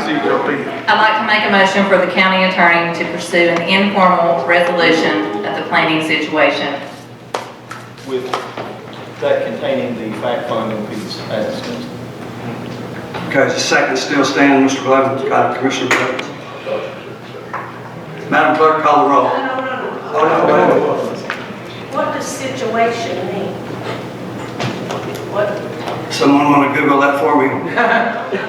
No, I'm not being flippant about that. You want to answer that? What exactly does that mean? Well, I would take it to mean an investigation of the bonus payment, investigation of the official actions of the planning commission, and potential resolution of the other issue hanging out there about project management services that were not properly compensated. All those issues is what I take it to mean, unless somebody tells me different. That needs to be in the motion. Commissioner Holdren? Attorney Harden, do you have the ability to investigate, or will you be hiring professional investigators? Unless you all, that's a decision for you all to make. Certainly I can investigate as the county attorney, certainly, and I have authority to subpoena people and interview people and all those things as the county attorney. So Certainly I will do it, but if you would prefer somebody else on the outside, that's your all's decision. No, sir, my point was, if we're gonna use the word informal, then I don't think subpoenas follow the word informal. Well, we're talking about informal resolution. I think they're talking about an investigation to find all the facts out, which are not known, at least to the extent they should be known. I think it's two different things. I would agree with that, so I don't see how we can call it informal and then also put an investigation in that same motion and not give you the authority to act accordingly, to take all measures necessary to do the investigation, because I would assume if anybody is guilty of wrongdoing, they're not going to be fully cooperative without legal action. Sure. That's possible. Like I said, to the extent that I can do it ethically in my role as county attorney, I will investigate and report the facts as I find them. And the informal part is the informal resolution. Anything short of litigation to resolve all issues is informal. Commissioner Acuff? Attorney Harden, tell me the difference between your investigation and asking the comptroller's office to do the same. Other than the fact that you would negotiate a resolve. Certainly, as I've said, if you in your official role or anybody else feels like there's been criminal activity that needs to be investigated by the comptroller, you can report and ask for that investigation. They would be investigating criminal fraudulent actions. That there's not necessarily a great difference. They have investigators that would pursue that. This would be an in-house investigation by me versus them. There's not a huge amount of difference. Other questions? Just that I could prosecute a crime, and they have people who state attorneys themselves. Madam Clerk, call the roll.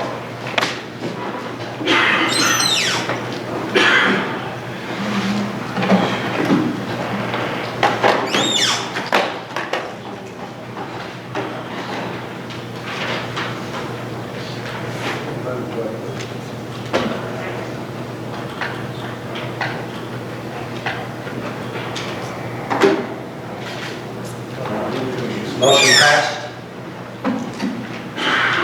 Thank you.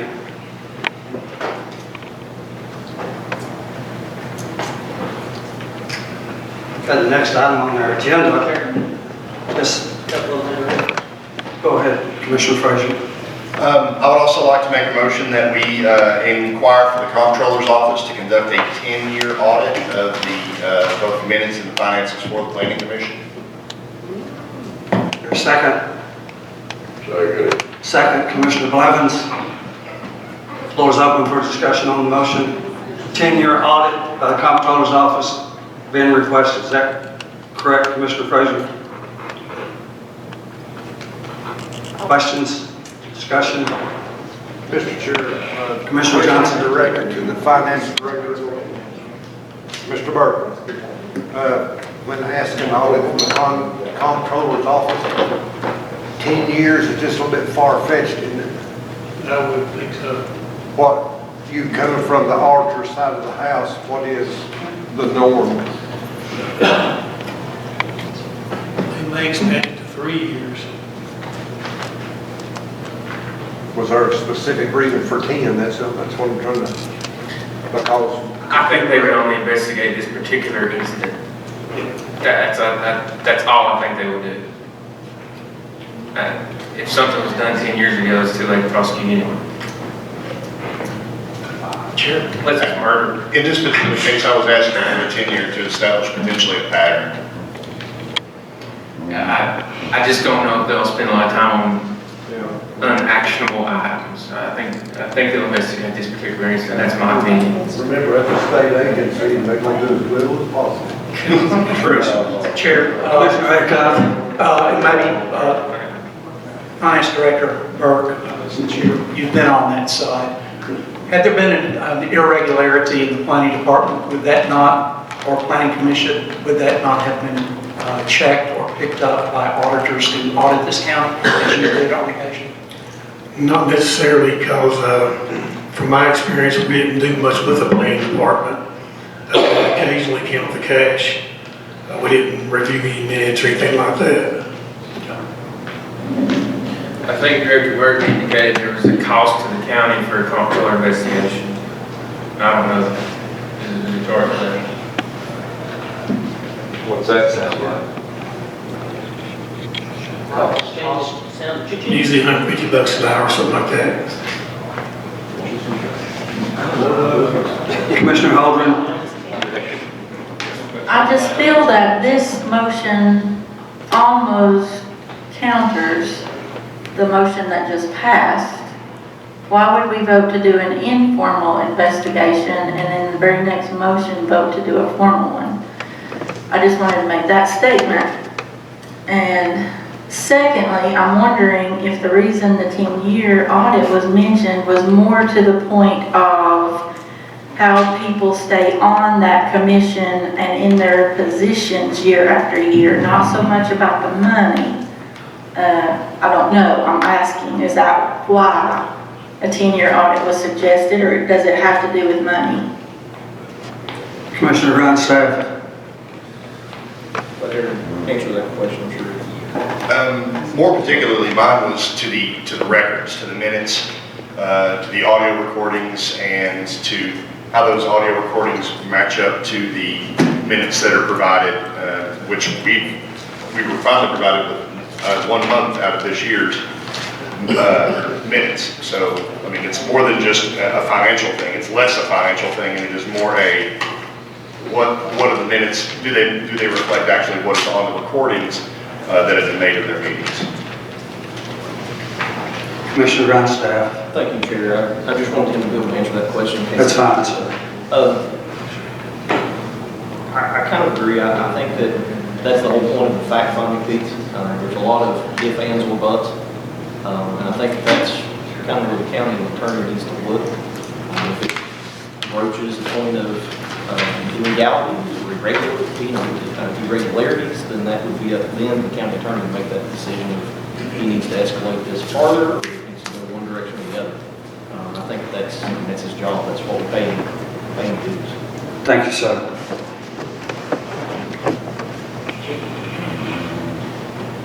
Mr. Levitz? I'd like to withdraw my second on this. And I'll withdraw my motion for the time being. Thank both of you very much. We will move on to our mayoral report. Chair. I'm sorry, wait a minute. Commissioner Bailey? I know somebody going to let me make a motion that we rescind the motion that we had on the floor for Mr. Schuler to pay back the $14,000 some dollars.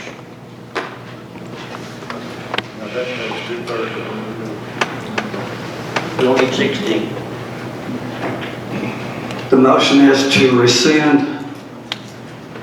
Help me. The, whatever the bonus was, to rescind that, we asked him to pay that back.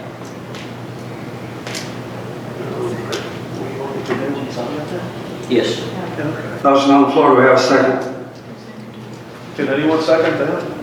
Or does the prevailing side? Or is it still prevailing side? Anyone can second, right? Yeah, this isn't reconsider, this is rescind. So if you're rescinding it by statute, it takes a motion, a second, and 2/3 vote. No second? I'll second it. No second? I'll second it. Who said aye? Go ahead. I'm just trying to make sure he's, I understand. you want to drop the matter. I'm reading. Excuse me. With what we just talked We about. need a second before we start discussion. I'd love to second that. He wants to drop it, like he did well, the I'll other get it two back. parties. It's done. Okay. Commissioner Hill, I'm not trying to go after you, sir. No, I'm not trying to go after you. I'm trying to keep us straight as I can. So the motion has been withdrawn. Is that correct? No, my motion still stands. Oh, you withdrew the second? I will second that. I mean, Mr. Bailey made a motion to rescind previous action adopted by the commission to ask for the money back. And we had a second by Second. Commissioner Mike Hill. Now, any discussion on the motion? No. Yes? Commissioner Frazier? I defer. Commissioner Holden, I couldn't see your hand now. Apologize. Sorry, I didn't raise my hand, sir. Thank you, Commissioner Frazier. Am I allowed to ask why Commissioner Bailey is putting that motion on the floor? I'll answer it. Commissioner Bailey, you want to speak to that, sir? We just come out of a, Would you get a mic, please, sir, and speak to it? we just came out of a meeting. And right or wrong, I looked at things as Mr. Harden put it, basically that Sure is on the side that basically he done nothing wrong in this. So we're trying to punish the person that basically he received something. I mean, you send me a check, I'm gonna keep it too. So, I mean, are we pursuing the wrong person in this?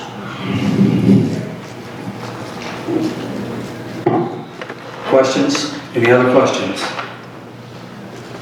Commissioner Holden, you still thinking? I'm just confused as to why we passed a motion to do an informal mediation and an informal investigation, and then this comes up. I'm just a little confused. Commissioner Frazier? I would prefer that the investigation go forth. That would be part of the negotiations, would be to essentially forgive. That's what Ms. Woodby had requested. That would be in the informal negotiations, which I would hope would lead to the removal of members of the planning commission to ultimately resolve that. So. Have a motion, a second. Commissioner McHugh. My goal is to remove the personal targeting from this whole debacle. The personal targeting is a problem for me, big problem. And I'm way willing to take sage advice from our council that we're personally targeting an individual that seems to have done no wrong. Especially in light of the fact that we forgave 2 other accounting errors just last month. Was it last month? It was 2 months ago. I would like to see some consistency, and I would like to see no personal targeting. Commissioner James. Just so I'm correct, make sure I'm right before I vote on this. Yes means that we are rescinding, correct? That's the way it's, okay. Well, much before we vote. Further questions, comments? Are we sure? Yeah, we rescinded, what was the rescission, that we asked him to pay it or not? I think that's what's caused some confusion. Correct, it's a double negative. Yeah, it's a double negative. At the end of the day, you're saying forget it. If you vote what? If you vote yes, you're saying forget it. Are we ready to vote? Let's vote. Commissioner Holden. If we have the right number that votes yes to this, then do we not have to go back and rescind the motion we just passed? I think so. Well, I think my operation, it would be moved at that point, but to clean it up, yes.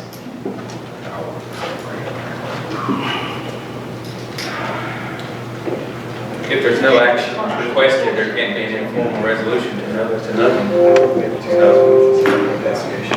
Commissioner Bailey. Okay, then I'm going to withdraw before we vote with what's. Okay, so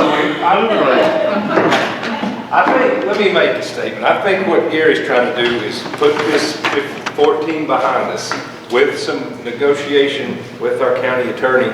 And formally, let's sit down and talk to Chris a little bit and see if we can work this out going forward. I think the move by the planning department is really, I think that's the issue. That's a separate deal. Yeah, that's, I mean, right or wrong, it's what you said before, Chris, I mean. So let's just leave it as it is, if that's your. Can we withdraw the motion? I will seek an informal resolution. We have From all fronts. We have a motion withdrawn. Let's move on to committee reports. Oh, I'm sorry, Mayor. Commissioner Mayor. Mayor, come on up, sir. If you'd have turned that head down a little bit, I wouldn't have overlooked you.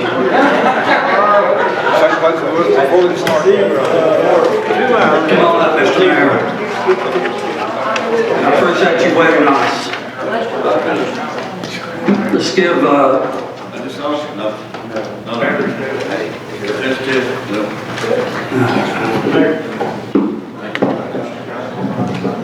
It's okay.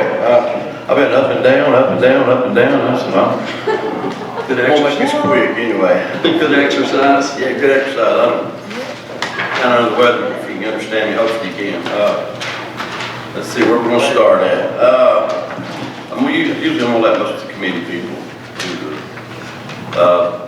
do most of the reporting because the chairman of each committee. So, but I am excited about the new recycling building, but I will talk about that.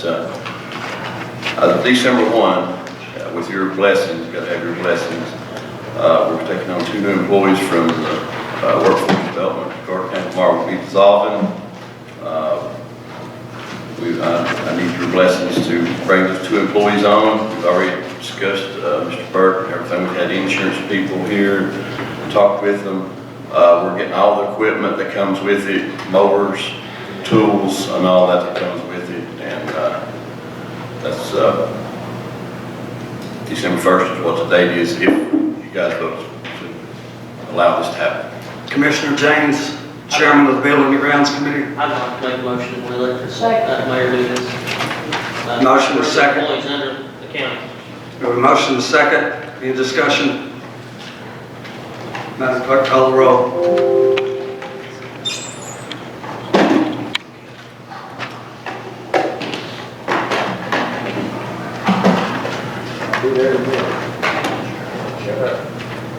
Motion passed, Mayor. All right, thank you very much. I think it's a good thing. Next Carter County Joint Council meeting is 2nd of December, 12 o'clock in the Mayor's Conference Room. That's the next Carter County Joint Economic meeting. On down, I guess Doc talked about the autopsies. We're down, we had 3 autopsies this month, so we're down a little bit. That's good. And anyway, nothing else. I put this out earlier. If you see this map, it's Fish Springs Park. What it is, we don't have a name on it, but if you look at this map, I'll kind of go over with you. There's a tract there. It says 4.328 acres right in the middle. Okay. In the far left corner, there's 1 acre that is still to be sold. We're looking for something to go in there. Okay? Right beside of it, to the right, 1 acre, they're wanting to give that to the pantry. They're wanting to build a pantry there and use 1 acre of land there. Okay? It doesn't show it, but in between the 1 acre, in between the 2 acres, there's a road that goes up through there that'll go to the 2.328 acres that they're wanting to donate to Carter County for a park, one of the pocket parks. And I'm asking your blessings on that too. 2.2. Motion. If I may, Chairman and Mayor, I think in the Building and Grounds Committee, we had made a motion to defer this to next month, bring it for the committee until we had time to review the property to make sure what we were taking on to be responsible for. Right, yeah, I did pass that. Mr. Hartman's got the paperwork. But they're not gonna cut this off. The guy that surveyed it, he said he didn't have it drawn up. He said he would draw it up anyway we need it, once we decide we're gonna do it. But if we're not gonna do it, then they're gonna give it all to the pantry or somebody else.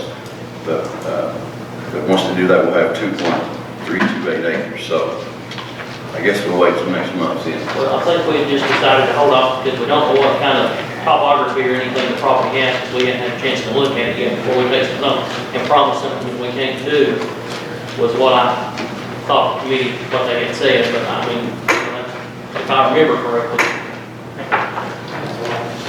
Okay, yeah, Mr. Hartman, you got that map, hadn't you?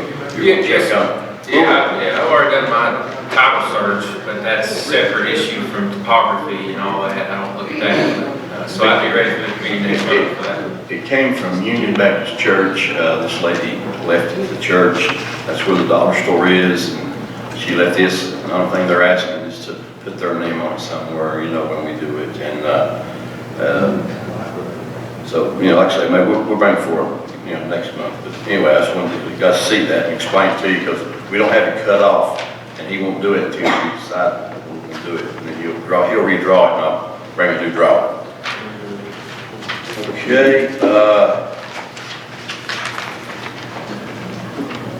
next thing up, as I mentioned earlier tonight, on Tuesday, December 10th, we're going to have a roundtable with the city of Elizabeth, and they're wanting to bring their 7 commissioners plus their city manager, and instead of bombarding them with all 24 you guys, we thought to be fair, if we could do 1 from each district, if y'all agree to that.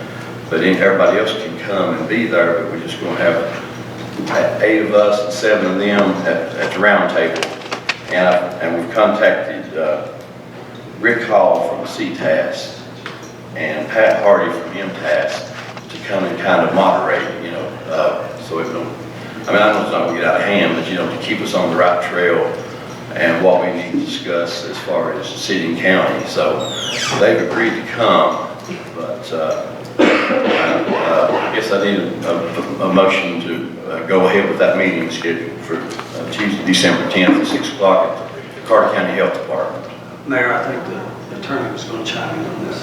Who did you say it's a meeting to discuss Northeast State with their leaders? Is that what you said? No, this is with the city. For what? This is the city, just, this is not, the Northeast State may come up, but this is just a roundtable with the city to see what their needs are and wants and what our needs and our wants to try to get on board. And I'm sure this deal with the tree lighting and parade and covered bridge days is going to be a hot topic. That's just going to be something we're going to discuss. Now, the roundtable with the Northeast State was with the president, her crew, her people. I was just generally cautioning any meeting involving more than one county commissioner to discuss or deliberate on anything that might come up to be voted on before this committee, or the city, frankly. And I'm sure their attorney would advise them that too. So just keep that in mind. If there's any meeting where just a discussion or deliberation is taking place about actions that need to be taken or might be taken or may come up later, you can't have 2 commissioners there unless it's advertised. Okay, well, we could advertise it. Yeah, if you advertise it as a public meeting, you can discuss anything you want. We're just going to do that. Okay. We're going to advertise a public meeting, and everybody, all these guys can come, but I just need 1 from each district to be at the round table, and everybody else can be around them or whatever. Sure, around the round table. If you advertise it, you can discuss anything. Okay. No problem. That was my fault, sorry, I misunderstood. Yes. Commissioner Brown. All right, you said the 10th at what time? It's Tuesday, December the 10th.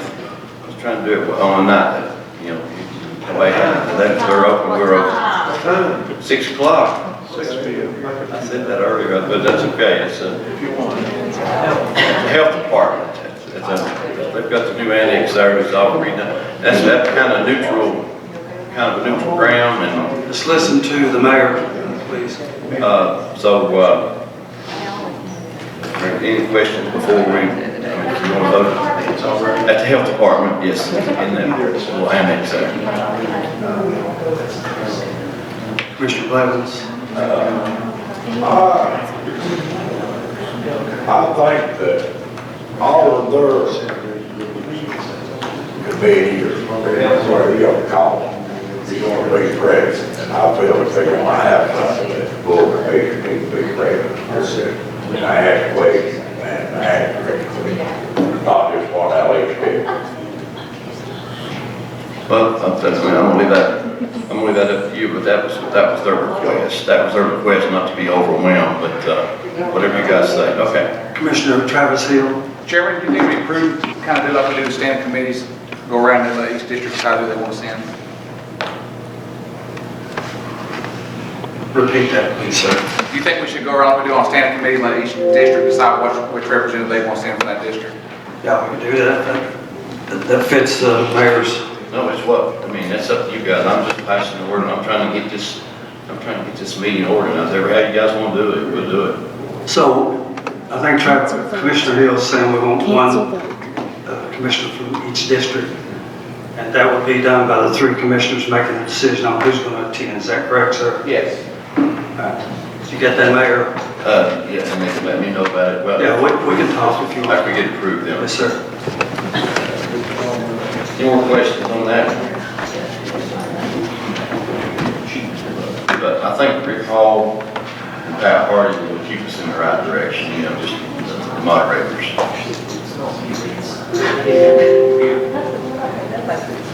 Is that all you have, Mayor? We need to vote or what we need to do? No, we don't need, it's not a motion. Okay. Motion. The suggestion was that we get one commissioner from each district. And we will, present at your round table. yes, and we will advertise. And you will have to advertise it. We will advertise, yes, we will. Commissioner Jenkins, Can we just go ahead and just call it out, District 1? we can do that if that's what y'all prefer. I'm open to that, okay? District 1, who you want to represent you at the round table with the mayor on December the 10th at 6 p.m. at the health department? I recommend Mark Love. 2, District 2. We decided on Mike Hill. You get because me. I have- Commissioner Mike Hill. I have doctor's appointments with my husband that day. Commissioner Mike Hill. District 3. District 3. Charlie, Sid Charles. Commissioner Von Cannon.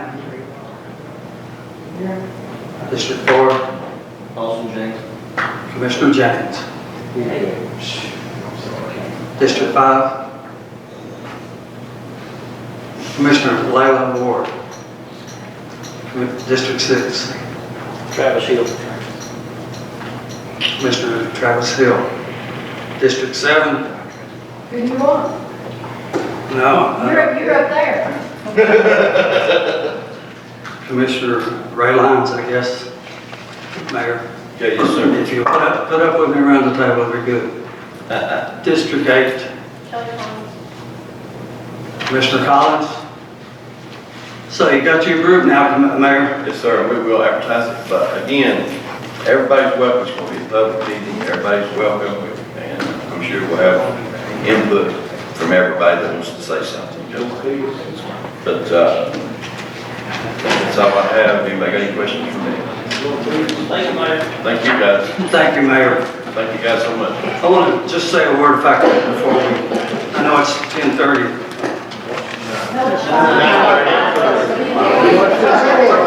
I'm going to be brief. I really am going to be brief. It is possible. I think that we have the committees, as demonstrated tonight, that's really involved and functioning well. I think we have excellent chairs, excellent vice chairs through all of the committees. And so I think that we can move forward and get some good things done for this county. Dr. Acuff demonstrated that tonight with the Sequoia group. It's a great outcome. And I think the rest of us can do the same thing. So I implore you, I encourage you, along with me, to try to move the county forward. That's what they elected us to do.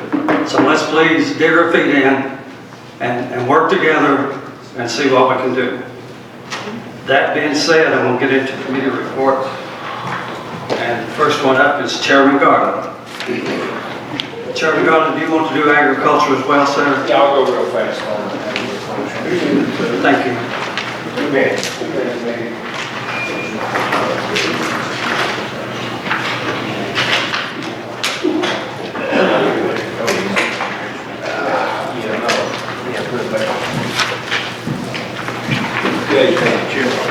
Yes, sir. I'll start with agriculture and I'll go real fast. We met last Tuesday. I had a long meeting, actually probably the longest one I've been to, an hour and a half. Talked a lot about the Christmas tree. We think the ag department, the extension ladies are going to be able to take that on as far as moving forward, passing it off from the chamber. So we talked about it for a long time, maintenance, stuff like that. The tree lighting is tomorrow night. begins about 5:30 across the street. I think they actually flipped the switch about 6 p.m. They're putting a nice 4-H float the Christmas parade, December 7th, so we'll go and check that out. And also, we got committee rotations. Charles and I are coming off. I've served as chairman for 5 years on that thing. Our term is up. Also, Shirley Buckles will be a farm woman. We'll look to the clerk's office and nominating to make those recommendations, get the applications in, submit in the papers, appropriate medias, whatever, and first of the year we'll have to make that decision. January meeting for nominating, and first agriculture meeting in February, so would give us time. But that's all I've got. Agriculture. Questions? Anything? Y'all done an excellent job. Yeah. Chairman. Yeah, it's been a great run. I've enjoyed it, but you'll get happily and not see me up here. Yes? Chairman, I think I may reference the budget. You mentioned that some extra UT had come and looked at the tree. Can you give an update on that? Oh, yeah, they actually did. We got a formal analysis of the tree. Of course, we had two certified arborists. One just a professional tree guy with Rome Valley Tree Farms. It is scale. It's still a pest, but it's not what was suspected. The balsam adelgid was the first one, I think, maybe the most harmful. An aphid was mentioned, the second guy, but it was scale, which will still have to be treated. Still take some treatment, which is not scheduled. It was recommended to not do that until early spring, I think. But still, the fellow's coming tomorrow to mulch around the base of the tree, do some pruning, and once the lights come off of there. So still, treatment is in order, but I don't think it's not as bad. But without treatment, it could certainly affect the life of the tree. So that tree's pretty resilient. We've seen that, and pretty tough. But with some good maintenance and treatment, it should continue to live, we hope. All right, anything else on that? Thank you, Travis. We'll move to budget and follow along on the minutes. It's going to cover my cheat sheet right here, so I'll go slow too for Miss Patsy there, and if you do have questions, certainly ask on that. The first item, and it would be on the first page of the minutes right there. And I will put in the form of a motion to approve the allocation of $1,105 for general fund restricted fund balance for additional cost for the contract for single point of entry project. Second. Second, Commissioner James. Discussion. Madam Clerk, call the roll.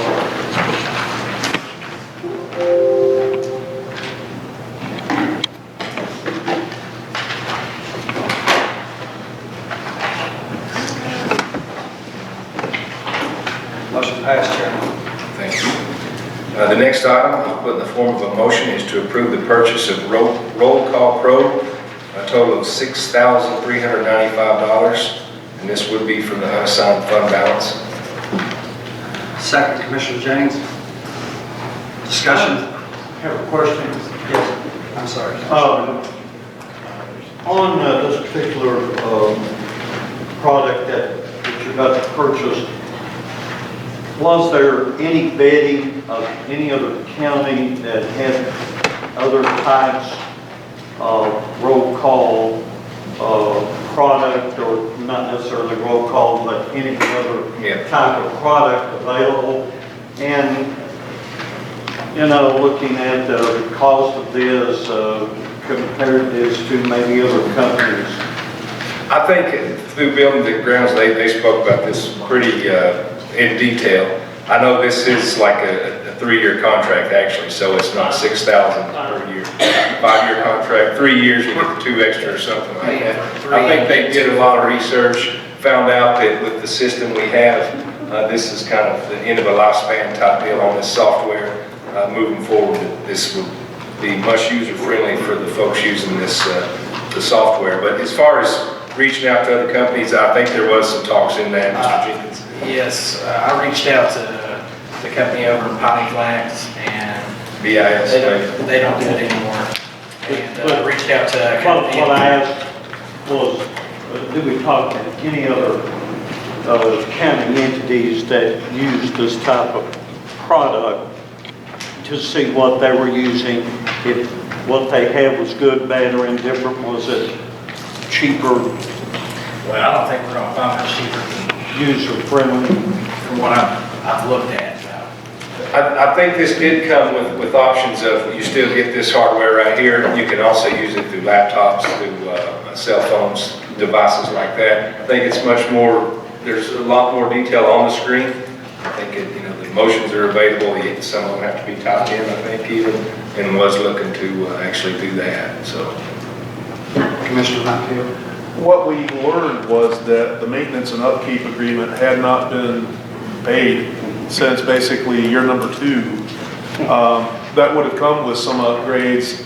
I think I understood that it would have come with certain upgrades to the system that might have gotten us to the point of what we're doing now. But the amount that we're proposing to spend on the upgrade, there's more. It's more sophisticated, more user-friendly. You can see how you voted before the big reveal, and you can definitely change your mind as the circumstances change. Much more sophisticated program, and we're spending basically what we would have spent if we had paid for the service contract over the last few years. And I think initially we spent something like $20,000 on this. I think I recall as well that it would actually help me as a chair to determine who's next in terms of identifying who needs to speak next. I think I recall that. Is that right, Mr.? But that takes actually pushing the button to request to speak. I don't know if we practice that much or not. Commissioner Rhinestad had a question, I think, for the chair. I was just going to real quick touch on what Commissioner Gill said. I think this purchase is more of an upgrade than actually a new purchase. We have this system. I would correct it. Even though in the initial contract we spent about 20 grand, the 20 grand actually included the initial purchase cost of what we call program support and maintenance agreement for, I think it was 3 years, 5 years was the total on the maintenance agreement. And then it actually paid for the visual stuff that you see, the computer, HDMI stuff, so the actual cost was cheaper. But this is a product that we have, and pending us actually finishing out that maintenance agreement, it would have gotten us close, and this is just like a next upgrade step.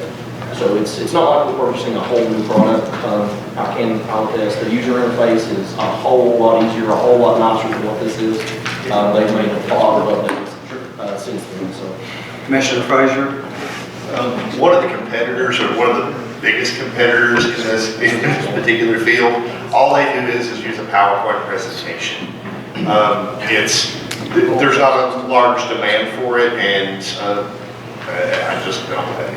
We can try, but you're not going to get. We already have all of this stuff. We already have this software. We already have these pucks. So, any other questions, Commissioner Collins? This doesn't include the microphone stuff. No. Is that correct? Yeah, that's, to my knowledge, that doesn't include any of the microphones. Yeah. It probably needs to be, right? A whole bunch of batteries or something. Big generator. It comes with the megaphone. Yeah. Trumpet. Any other questions? Commissioner James, did you have your? Okay, good. Thank you. Okay, Madam Clerk, call the roll.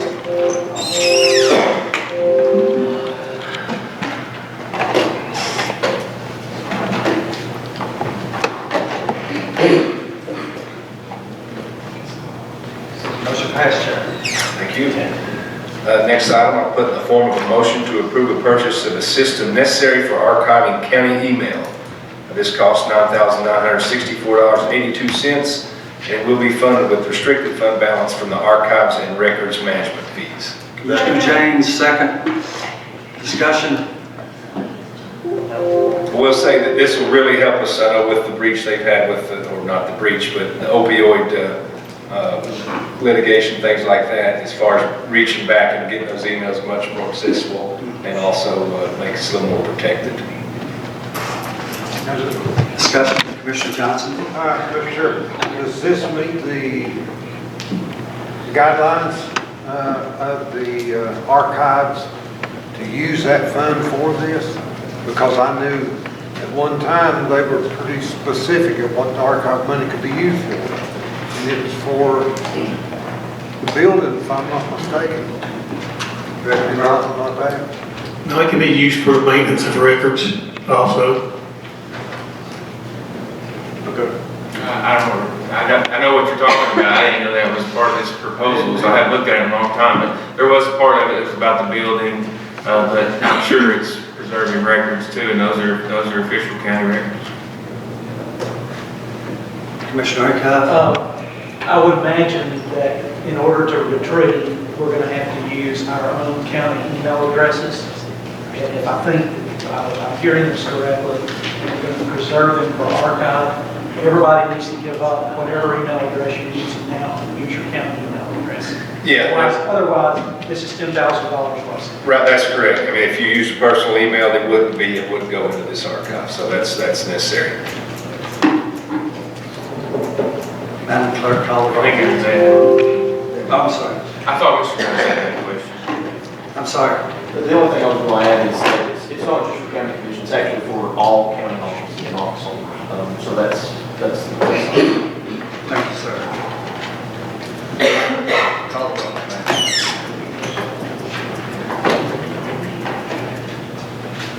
Motion passed, Chairman. Thank you. And we'll move on to the general fund. I'll put in the form of a motion to approve general fund 101. This is amendment number 4. That's items 1 through 13. We have omitted 14, including 15. And 15 is in there. 1 through 13, add 15. Total of $461,667.01. Be $24,705.84 from unassigned fund balance, and that's for the purchase of a SRO vehicle. Commissioner Frazier, second. Discussion? Questions? Madam Clerk, please call the roll.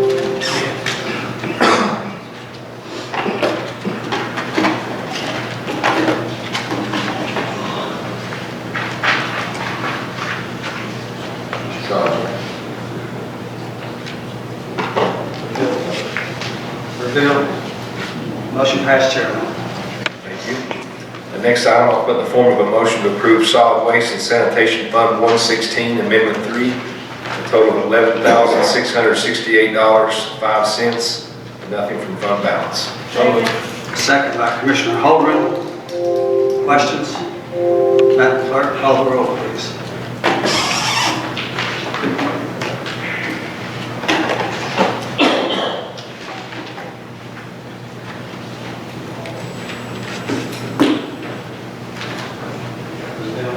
Motion passed, Chairman. The next item, I'll put in the form of a motion to approve sports and recreation fund 123, amendment 2, one item, a total of $4,000 and nothing from fund balance. Commissioner Mike Hill, second. Discussion? Questions? Madam Clerk, please call the roll.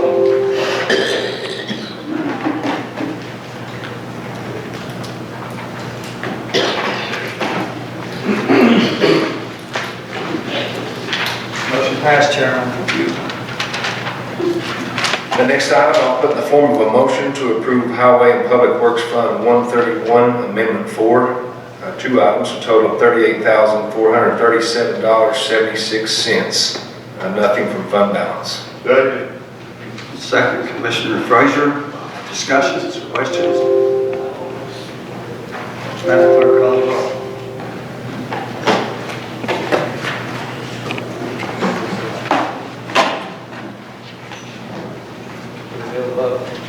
Motion passed, Chairman.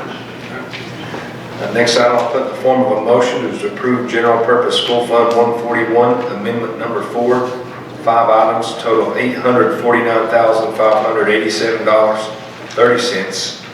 Two items, $382,907.30, coming from the General Purpose School Fund unassigned fund balance. There's a second. Second. Second, Commissioner Acuff. Any discussion, questions? Please call the roll.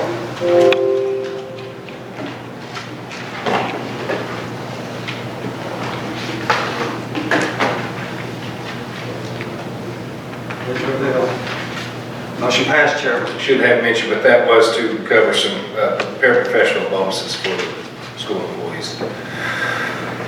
The next item, move to approve General Purpose School Fund 141 Amendment 4A, 5 items, total of $79,077.47. One item, $3,107, coming from the General Purpose School Fund unassigned fund balance. Your second. Second, Commissioner James. Madam Clerk, call the roll.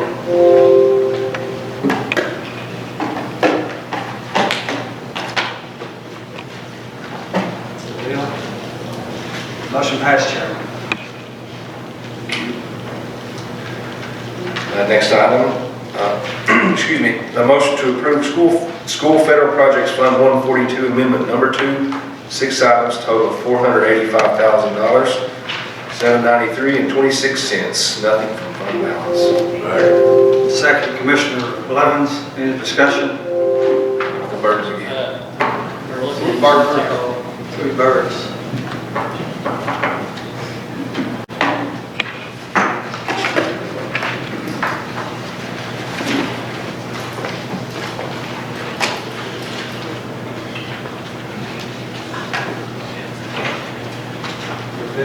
Motion passed, Chair.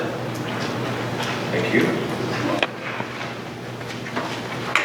The next item, motion to approve the Central Cafeteria Fund 143 Amendment Number 3, 3 items, total $90,000, $443 to $90,443.94. All money coming from unassigned fund balance. Second, Commissioner Hill, Mike Hill.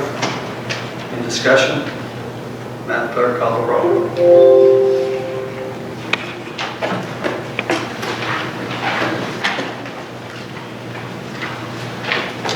Motion passed, Chairman. Thank you. The next item, I'll put the form of a motion to approve Head Start Fund 145, Amendment Number 2. One item, a total of $29,000, nothing from fund balance. Mr. James, second. Any discussion? Call the roll, please.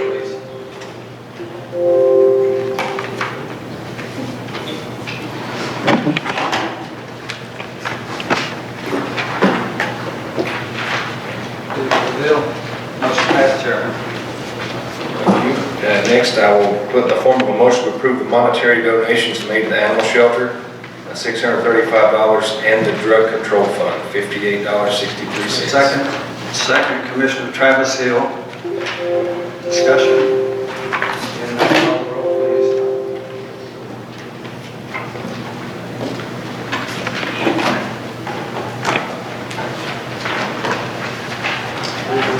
Motion passed, Chairman.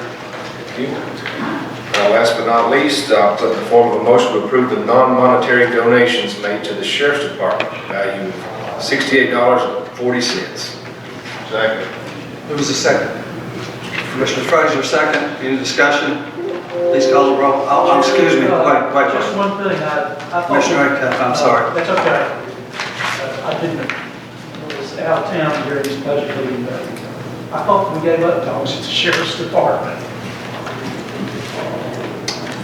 I'm not sure if it was that, I know it's $68. Cherry, whatever that one is. Yeah. Not to my knowledge, I don't know. I mean, I think it's, Captain Smith, could you chime in and help us with that? Would you repeat the question? Put the dogs, we still have one? Yeah. Okay.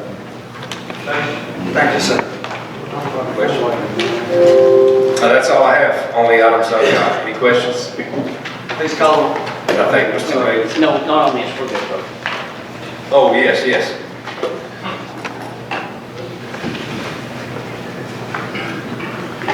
Motion passed, Chairman. All I got. Mr. Bailey. Commissioner Bailey. I'd like to put on a motion here to, let's get some numbers from Mr. Brad Burke. Basically, we all just passed the schools bonus. Right or wrong, this is the whole county. I don't care if it's $50 or $100, turn 50, but I think if I said the same thing as last year. What determines the school, or the sheriff's department, or the highway department versus somebody else? So I'd like to put in motion that we ask full-time employees maybe 200 and part-time, say 100. or somebody back me up here, what's reasonable, or get some numbers from Mr. Burke. If we've got it somehow to.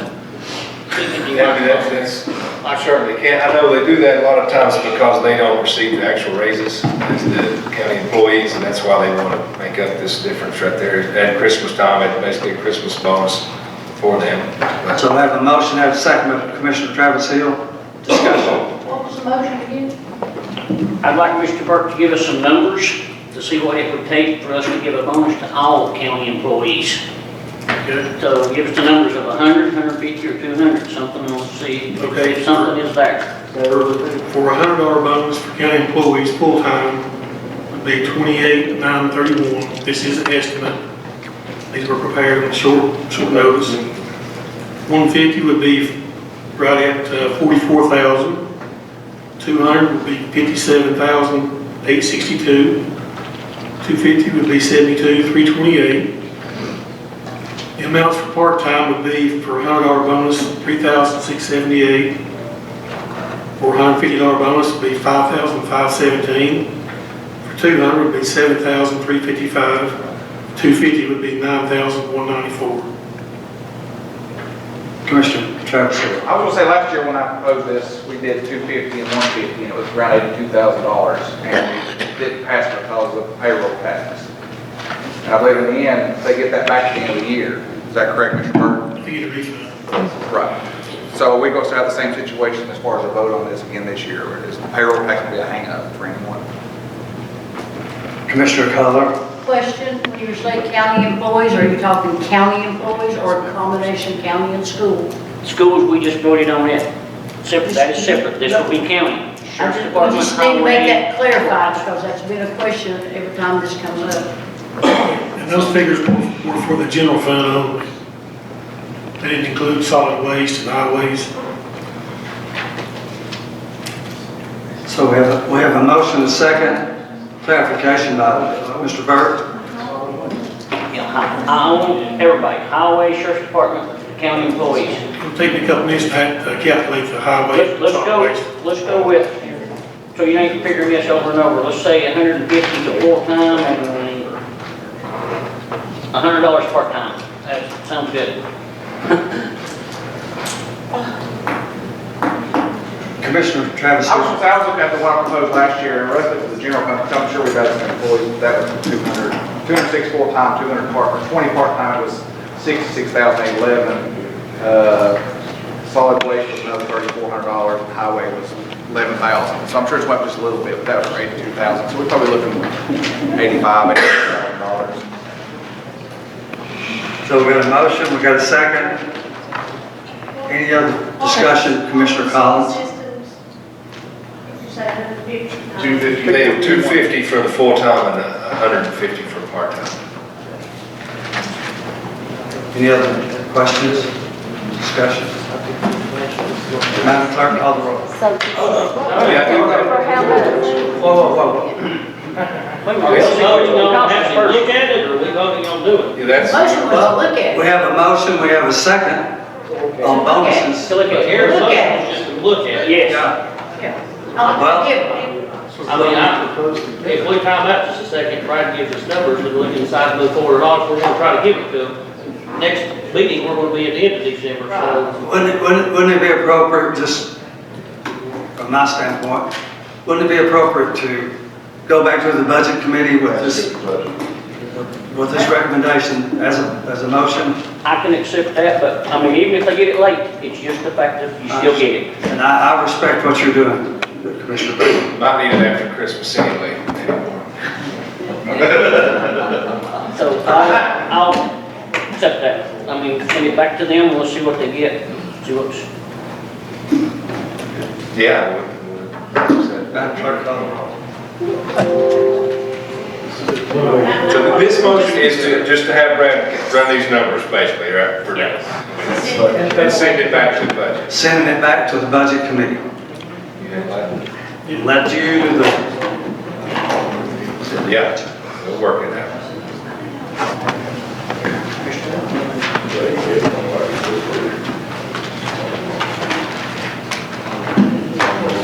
motion passed, Chair.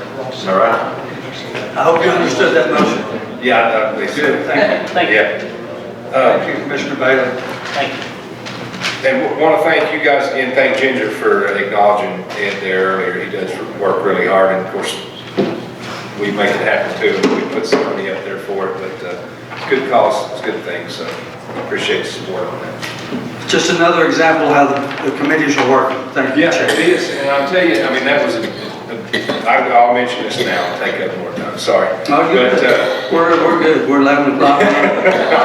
I mean, you're talking 20-plus people from United States Forest Service. We were lucky to have those folks coming in, and it was truly an honor to work with those men and women side by side from northwest part of the country, and they happen to be here working in our forests and helping us out. Benny, of course, helped, him bringing the dumpsters up there, the guys that that dropped it off, weighed it, everything like that. Anthony, of course, is not here, but talked to him. He got somebody sitting up there, Shelby Smith was his name, did a fantastic job with a great piece of equipment that the rescue squad has. And he was right there working as hard as he could the whole time. Talked to Travis, he got a hold of the Elk Mills chief, the volunteer fire chief, had a guy come up, brush truck, winch was available for us. So it was really a great team effort to see that. You're talking 10,000 pounds of trash. It's a shame that we have to put together something like this and coordinate, but it's a problem we have. Yeah, it really is. It took a lot of work to work it out. Ginger right there with us, so had a lot of good help. Building and grounds, Commissioner James, you have the opportunity to talk. Trash bin, no comment. Yeah, that was the first one.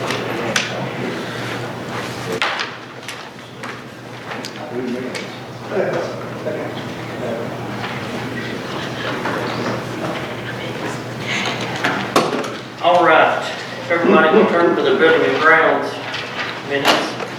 We have from the Russian Fork Environmental Consulting Incorporated. They're looking to apply for a grant. It's called the Clean Water Act, Section 319. Essentially what it is it's a 40% funding match from the county. The EPA will fund 60% of it. We don't have a number at this moment. But also with that, it can be 40% can be provided in labor. It's not got to be monetary value. But with that, it'll help construct a footbridge at the future Gap Creek Park site. It will remove shrubs and plants along some of the creek banks and try to help just clean the waterways up, essentially what it is. I'll put that in form of a motion if I hear a second. I'll say a second. Commissioner Jenkins, second. Any questions for the chairman? We don't know how much it's going to be yet. We don't. We have to let them apply for the grant, and then that's when they come back, I believe, the way the gentleman explained it to us in the meeting. But We're only voting on. we're just allowing them to apply for the grant, yes. Voting on accepting. No, we're just allowing them to apply for it. And we can also, 40% of it can be met with labor. It doesn't have to be met by money.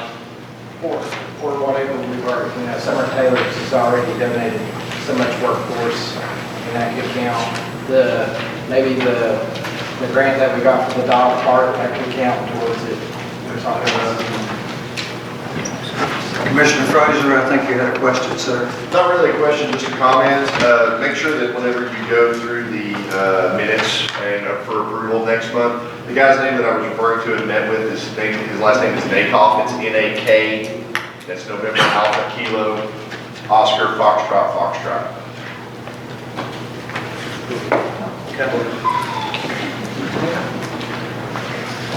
Questions? Madam Clerk? Call the roll.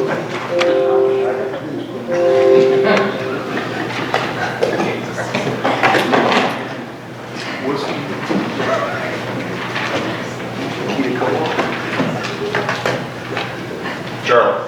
Commissioner Hunter.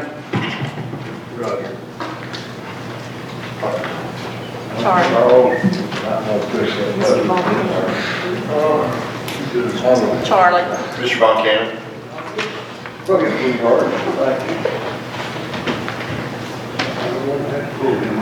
Reveal the number. Motion passed, Chairman. Thank you, guys, appreciate that. Next on the item list, if you'll keep moving forward, We have got the bids back in for the EOC, for the Emergency Operations Center, and we put it in form of motion, and we accept the contract with Construction Partners for $397,000. Second by Commissioner Grindstaff. Any questions? Seeing none, please call the roll.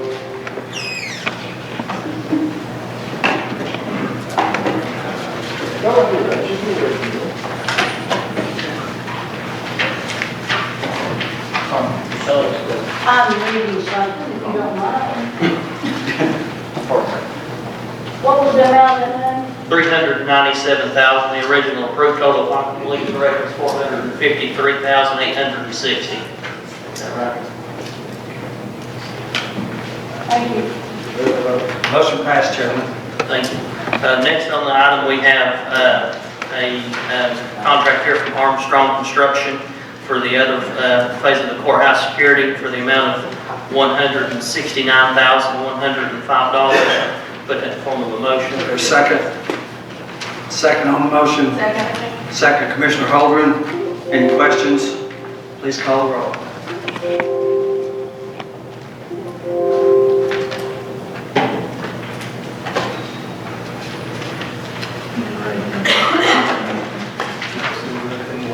Motion passed, Chairman. Thank you guys, appreciate it. Some of y'all, I sent an email around to let you know, we've done a site visit up to the Workforce Development Complex, and we're going to kind of be discussing the building grounds committee going forward. Some of y'all can come in and give us some ideas as to what we're looking at going forward. We do have a representative previous from the Northeast State up here, Mr. Hachi. If you'd like to come up and say anything about the building or anything you think would need to kind of be addressed.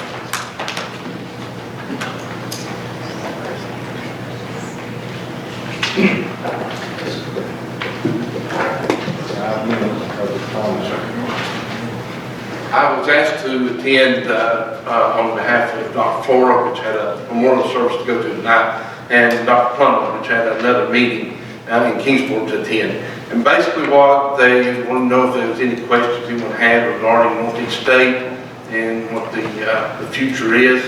I can assure you that as far as Northeast State, we've got a commitment to Carter County. So it's not like that we just won't walk away. However, as has been made clear, we cannot stay in the lease agreement we're in now. And so a decision has to be made, and it has to be made by at least next summer, because we have to make plans for if things are not moving ahead, then we have to make plans for the spring. We plan the spring semester in late July, early August. If anyone have any questions for me, I'll be glad to answer what I can. So your intent, sir, is to try your best to stay in Carter County, as long as we're working with you to try to. Our commitment is to try to stay in Carter County, to do what we can within Carter County. We just cannot stay in the current lease agreement as it is. Thank you, sir. What additional classes do you plan on bringing to Carter County? That actual part is still in discussion. The big thing right now that is being looked at and developed as far as a curriculum of study is dealing with hospitality tourism. That's a pretty hot item right now. And so I serve on the curriculum committee, and they're actually working through the process of what courses would be involved in that. Whether that be a certificate program, that'll be 1 year, or a 2-year associate degree program. And what about after hours classes? When are those going to make it over here? We still have after hours classes over at the Elizabeth campus now. And the plan is, to continue that as far as moving ahead. Is the major hold up, is the amount of the lease, or is it the improvements to the building? It's the amount of the lease is the biggest part. And y'all may be aware, as far as Northeast State's cost of lease amounts are roughly $177,000 a year. It's been that way, I know, for at least the last 10 years that I'm aware of. We pay an additional little over $100,000 a year in utilities. So our cost at the campus there runs pretty close to $275,000 to $280,000 per year. So if we do move forward to try to help bring the building more energy efficient, that would definitely help also as far as your utility bills and things of that nature too. That would address part of those problems. Because some of y'all may know, and we were talking about while y'all were in executive session, the pinging of the heat out here. Ours does the same. To get rid of the ping, you have to turn the heat way up. And so then to regulate the heat, we have to turn the air on. So at this time of year, we're running both heat and air conditioning. If some of you have had the opportunity to talk to Mr. Kirby with Workforce Development, I can tell you that the boiler is very inefficient. But you also realize it heats both buildings. Front building one's heated by water, we're heated by steam. How many students do you have over there? Current this semester, the enrollment's around 350. And, you know, we've seen a little bit of decline since the years I've been there. We think part of that, there's a couple of things. Johnson City campus open was part, it drew about 50, 60 students away from us per semester. Last year, the big hit was on more online courses.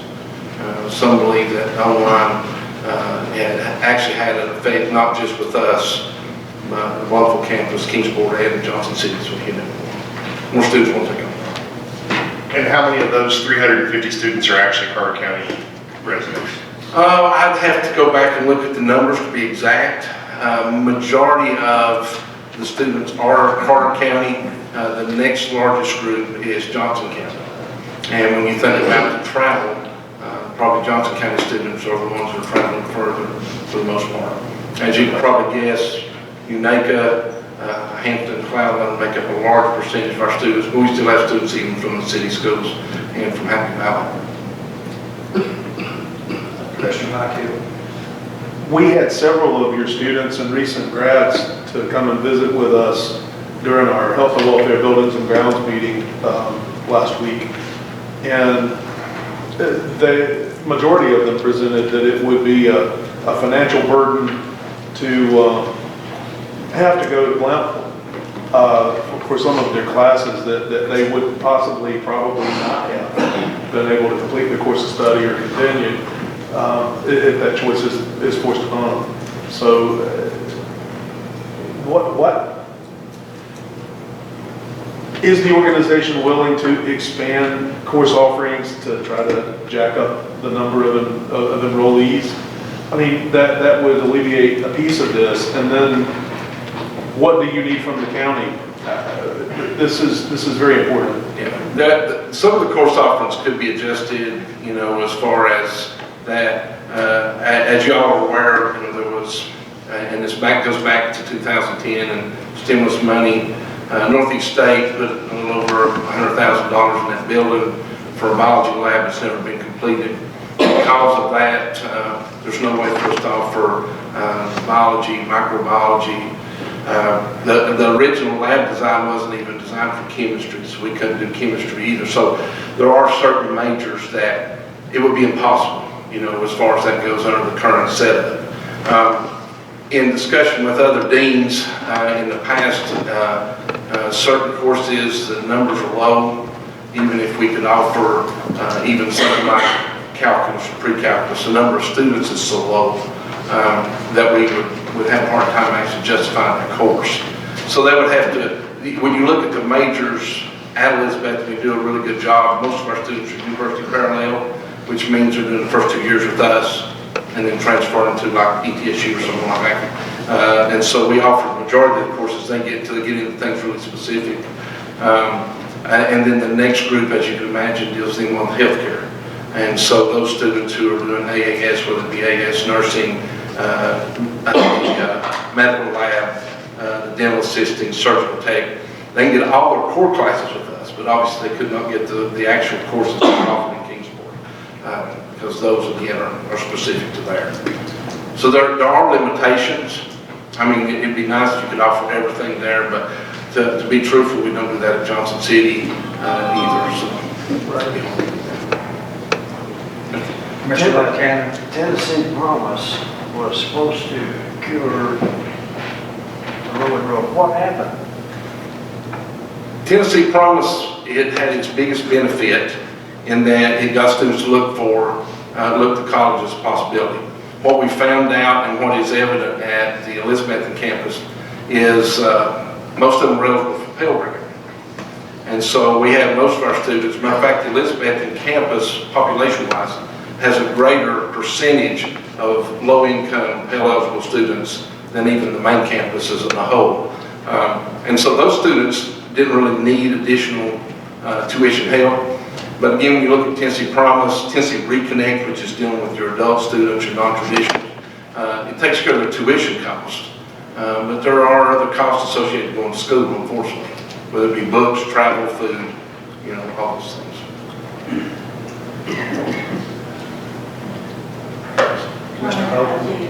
I'm a big fan of Northeast State, and I went on one of the 2 tours that we've had recently.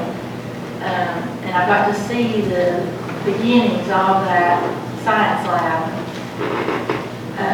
We were told in that first tour by the Carter County Tomorrow employees that Carter County Tomorrow footed the bill for most of that renovation that did take place. Would you agree with that statement? I could produce the figures that came from Northeast State. There was some of the construction part was part of workforce development, but a lot of the equipment and the things that were bought with stimulus money that was given to Northeast State. Okay, so was the reason that you didn't finish, was it a lack of funding or going in a different direction, or? It was TPR's decision that we would not spend $550,000 on the building we developed. We had spent, in addition to just the actual work that was done in the building, an additional $30,000 on a new set of plans because the original work that was done in there was never done with an architect's drawings and endorsement. And that, I walked into that in 2013. So it cost us an extra $30,000 to get the plans drew up that were approved by the state over 2 years ago. Of course, unfortunately now that approval is expired and we'll have to go back through that same process again. Well, as we look to taking this over and deciding the improvements that we're going to make and whatnot, I just kind of am curious how chemistry wasn't thought of initially when that lab was being designed. Whose fault was that, or? I don't know that it was a particular fault of anyone as much as I think that when they were looking at course offerings and our student population that was going, that chemistry was not an option. When you go into the chemistry part, the fume hoods are a lot more expensive, and there's other safety issues that come into play. And so the original plans were drawn up just on biology because it was cheaper and it was considered safer by the fire marshal's office. Thank you. Mr. Frazier? How many complete end-to-end degrees do you offer over here at the Elizabethton campus? Currently, because of the actual part of the sciences that fall in there are no actual degrees that can be completed. Now, students can do most. Matter of fact, I had a discussion with Elizabethton High School student. She was worried about, she's doing early childhood development. She can do every class but early childhood development there. There's actually a chart, and it's pretty amazing to look at how many actual course of study are only 1 or 2 courses away from being complete. Now I do say, I need to back up on that. The only one that can be done fully is TBR General Transfer, which is kind of a general degree. It can be done completely there. But then if the student transfers to another institution with a specific major, they may have to take additional classes. Commissioner Aycock? How many dual enrollment students do you all get from Carter County and Johnson and At the Elizabethton campus? Currently none. And the decision has been made by both the city and the county that they want to keep the dual enrollment students at their actual schools. And so we have, and it's one of the larger groups as far as dual enrollment, but we have students at Elizabethton High School taking Northeast State classes. We also have them at Unaka Hampton, Happy Valley, and Cloudland, but they're not on our site. Now that's different from Johnson City, because Johnson City Science Hill students actually come to the Johnson City campus. But it's been discussed more than once, and they consider it a liability issue for their students to travel back and forth so they would rather keep them on campus. Commissioner Mike Hill. Do you folks ever offer continuing ed classes for people that have interests? Yes. I know at Mayland, for instance, they have all sorts of Appalachian music and driver's ed, I know from personal experience, but a few other things. Do you, well, I mean, enrollment's enrollment, am I wrong? And textbook-only classes like real estate that would lead to a career path. Have any of those things been explored? We do have, and that's under the non-credit side of the house as far as workforce solutions. We have done some of those courses at the Elizabethton campus. And we've tried some other combinations like this semester, well, actually last semester and this semester, is an entrepreneurial certificate to get that as an option. We had a pretty decent enrollment, but we would like to have grown it more. But there is other options. Now, when you start looking at how the state funds, it falls under a different outcome-based formula than credit-bearing students does, but it still does come in. Other question? Sorry, last question for me. Continuing education is called. So even if we did reduce the value on the lease, there would be no plans for you guys to make any improvements to the building, considering the TDR told you that you couldn't make improvements since you didn't own the property? That's my understanding, sir. Okay. And I think that's why Dr. Flora had communicated to some of the commissioners earlier that her desire was to have the building gifted to the school. And I know there's some other options being thrown around unrelated to that, and I think the school is open to other options. Any other questions for Mr. Hutchins? Thank you, sir, very much. We appreciate you coming and sharing with us. And We're glad to hear if any of you need to get a hold of me for anything, feel free. You can look up on the Northeast State website, go to the faculty staff directory, type in HITDCHEW, I'm the only one, and feel free to call me or email me. I'll be glad to answer any questions you may have. I've got one question. Sure. If the building was gifted to Northeast State, what would be your plans? Can you speak about that? My understanding is that the president's thoughts if the building is gifted to us, that first thing would be done is an assessment of the building to see if the things that have to be corrected would bring that building to a place where it would be acceptable as far as my TBR. And so someone from TBR would actually come from facilities to look at that. My understanding then there was one or two choices, whatever that person says would determine.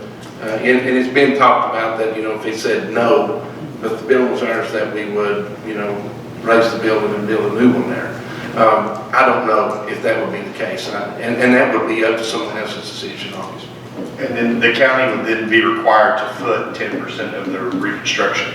The only, and this was said to me by someone else, so again, I'm going totally second party. I think it was mentioned at the Joint Economic Community Development that if we went into capital outlay program, and I can't tell this for sure because this is what Dr. Flores said, we're 4 to 5 years out from doing that because of the new emerging technology building that's being built now. And so at that time, the discussion I think was mentioned that that 10% would not just come from Carter County, but they would also ask for help from Johnson County and from Unicoi. Now, again, would that be, you have to provide the hotel? I don't know, and I'm sure that's something else that'd be up to full discussion as well. But then, of course, the state would fund the other 90%. Mr. Mayor, you had a comment, I think, sir. He pretty much hit it on the head. Oh, okay. So we're talking, Mr. Woodby and I were in a meeting there, and it was like a 90-10, but like I say, it could be optional, something different, the state, it's pretty much state funded, right? So that's what Mr. Dr. Ford said. So, thank you, sir. Thank you. Commissioner Holden. Sorry. Right now, does Northeast State have any kind of mutual agreement with TCAP where you all don't double up on the same courses? Or, like one of the two schools could offer a course? That is actually a TBR requirement. That, for example, there's a really nice welding spot right there at that campus. But for us to offer welding, we would actually have to first talk that over with TCAP and make sure that both, and Northeast State's position has been that we don't want to look like we're in competition with the Tennessee College of Applied Technology. We're all here to serve the same students, you know, and I know I can speak for myself. I refer all students to the TCAP because it was quicker for them to get in there and come to us. And on the other side, we get a lot of their LPN students in our LPN RN bridge. So there's a good working relationship there, and I don't think anyone wants to, you know, cause any problems. So credits do transfer between the two schools? That is something that's still being worked on at TBR. There are some places, like, and there are some areas that do. I know we have a relationship, this may sound strange, but we have a relationship with TCAP Nashville. There are students who go through their aviation technology, take another 3 or 4 classes with us, and then get their associate degree in aviation technology. And they do it online. And so that's one of the biggest discussions right now statewide, is getting those clock hours, because they don't TCAP, they allow clock hours, but it is an ongoing discussion, because it's something that more people want to see done statewide. Anything else? Thank you, sir. We appreciate it. I'm sorry, Mayor. I got one other thing. I went to Northeast State last week to Walker State, Sevierville, to a culinary school. And Northeast State was our TCAP is represented, so they are wanting to work together on that. And they start from the hostess all the way, do it all, so I thought that'd be a good program. They are, Mr. Blevins was up there, he was down there at the time, so they are working together. So. Thank you, sir. Anything else, Commissioner James? Chairman? We're good. Thank you. Thank you. Thank you all. Thank you, sir. Good job, Chairman James. Okay, up next is the Education Committee, Commissioner Layla Ward. The minutes will reflect the meeting. Thank you. Don't see Dr. Ward here for an update, so. Okay, thank you. Financial Management Committee, Commissioner Chairman Johnson. Other than what's already been mentioned in the minutes, I want to just give you an update from the motion and approval by the commission from Commissioner Higgins concerning the place now the RFP for wage compensation study. Our committee has received 5. They are in evaluation for this month. Our next scheduled meeting, which will be the first Monday in December, we will be scoring the 5 to make a recommendation to the full body here for availability of funds. Yea or nay, thumbs up or thumbs down if you want to go forward with it. Everything else is more or less reflected in our minutes. Thank you, sir. Health and Welfare, Dr. A. Cudd.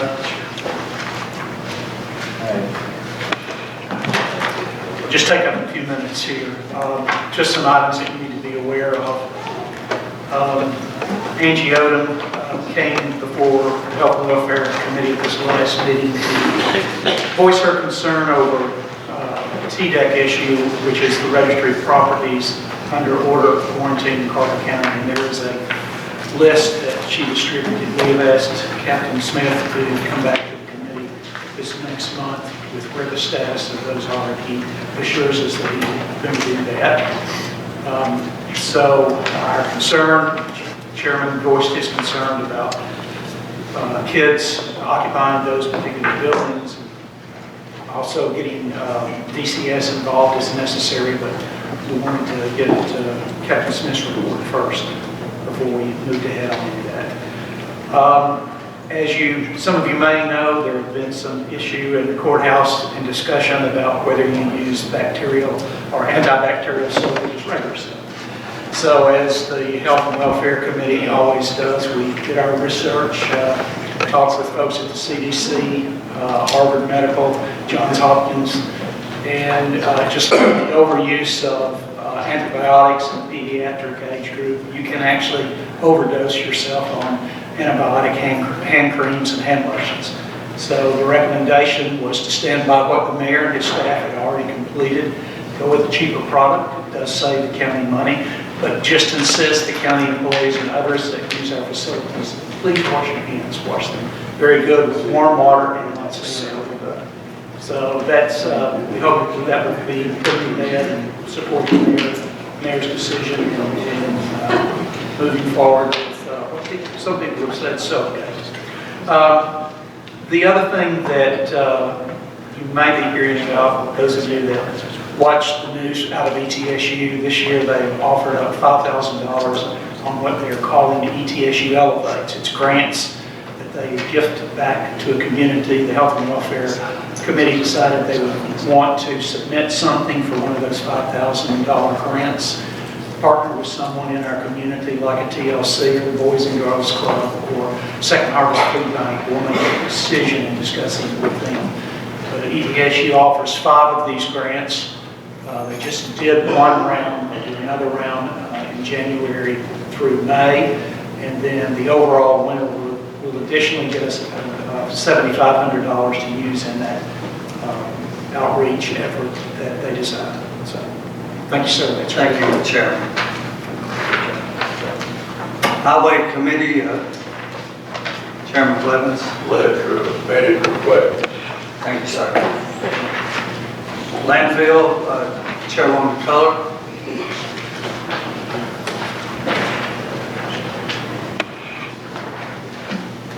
Thank you, Chairman. The landfill report. On the afternoon before our committee meeting, the mayor, Mr. Lyons, Ms. Vivian Lewis, and Mr. Bobby Scott met in the mayor's office. We did sign the official contract for the new building. So that has been taken care of. And rest assured, commissioners, Mr. Harden has been on board with this from day one. All the I's have been dotted, all the T's have been crossed for this purchase, and all the surveys and deeds have been checked. So we are on board with our new purchase. Transfer of this property should take, is planned to take place December 18th in Mayor Harden's office. So we look forward to that. Today we have a ribbon cutting at the new transfer station in Roan Mountain. It's at noon today. And we've welcomed the students from the Hampton High School CAD class that did all the work for us, the planning, and also did some building construction work for us on the building. So we appreciate them. They were there, and some of the commissioners, and I appreciate you coming out. It was a nice morning to have them there. And we gave them some sandwiches, so they were thankful I had to eat school food today. After some discussion with the landfill committee, I would like to make the motion that we provide a free day for the Roan Mountain residents that use the convenience center, and this will be on Saturday, December the 7th. Second. Commissioner Brown, second. Any discussion? Would they come from that district? Is that what they're hollering about? Yeah, hey, what are the hours up there? My motion was for the residents of Roan Mountain that use the convenience center. The hours on that day will be from 8 to 4. Second. Just a day. Any other questions? Madam Clerk, please call the roll.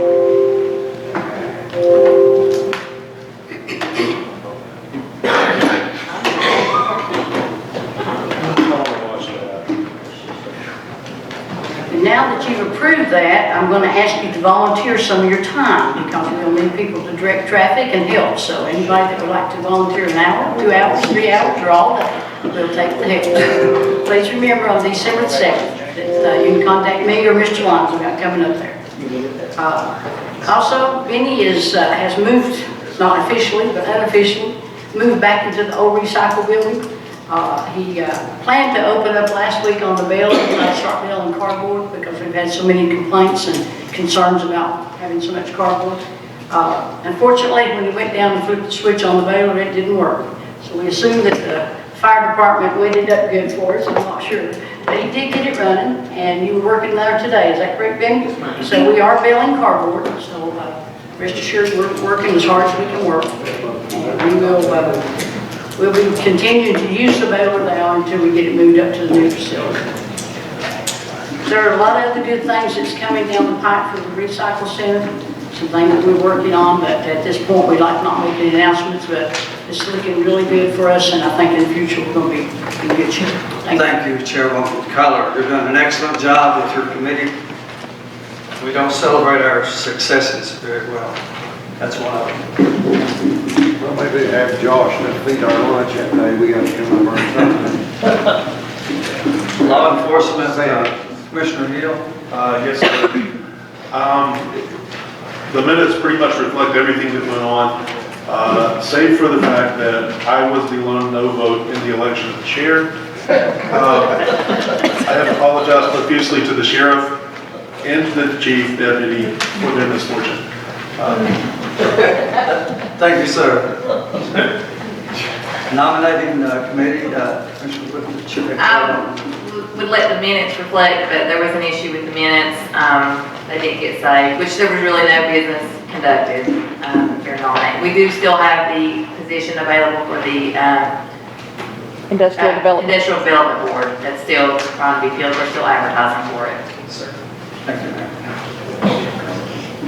Rules and bylaws, Commissioner Chairman Jenkins. I'll be very quick. The only item I have is to add to our current rule book. Here's my notes. It's to amend our current rule and to, for public comments. And it's yielding, or it would be no yielding of time to be added to our rule. You can put that in the form of a motion, sir. Do your second, Commissioner James. Any discussion on that? Madam Clerk, call the roll, please.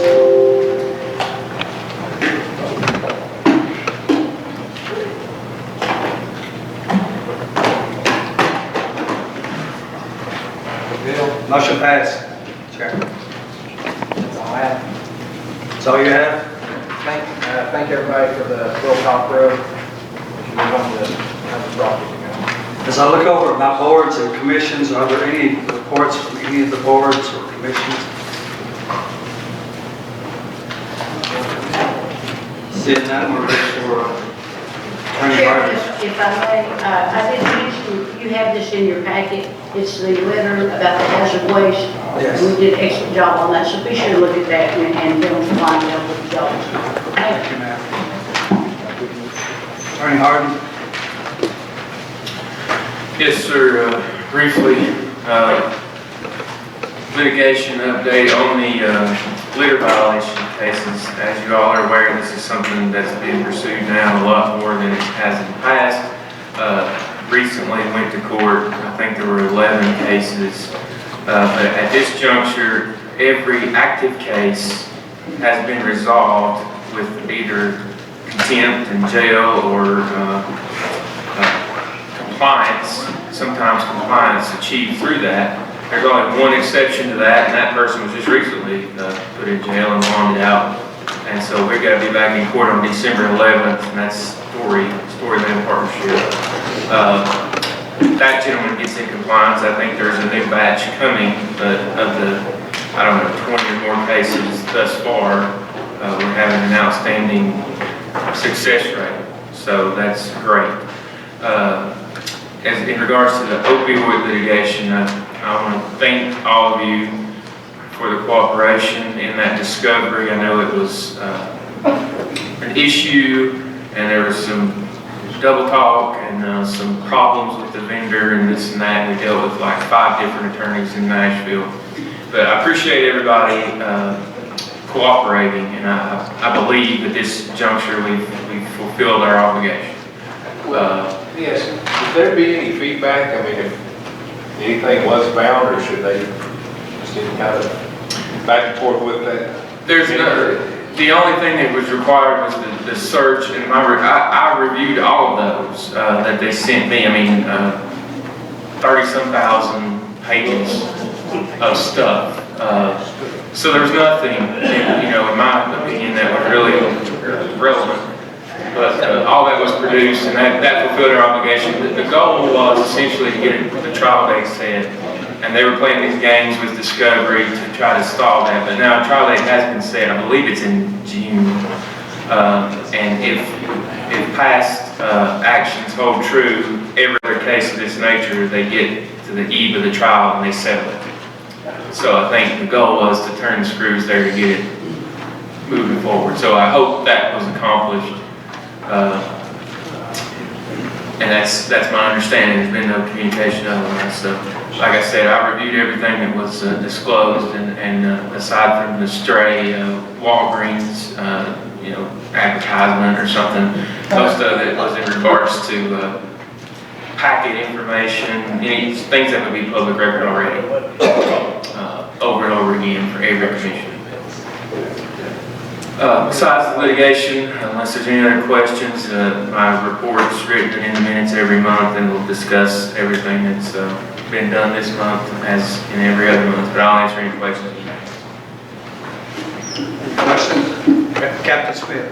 I've got one other case that came to close with Dallas Hartley. I don't know if they notified you, but that's dismissed last week. I haven't done anything yet, no, sir. That's wonderful. So one more done. Mark that one off. Great. No, sir. Commissioner Collins. Commissioner Woodby. I just want to say thanks to Commissioner Kohler and Benny Lyons for a job well done in Round Mountain. Exceptional work, and to the landfill committee also. Great job, guys. Thank you.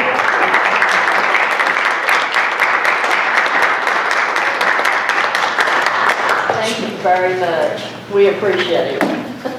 Commissioner Frazier. I had the opportunity to speak with Mr. Nakoff regarding the small business incubator that the county has kind of inherited. There is an extraordinary amount of potential in that, just in the location. There's potentially up to 15 spaces the county can fill. Attorney Harden should have a lease agreement that was signed with Mr. Nakoff that he can kind of share with everybody whenever he's prepared for it, obviously.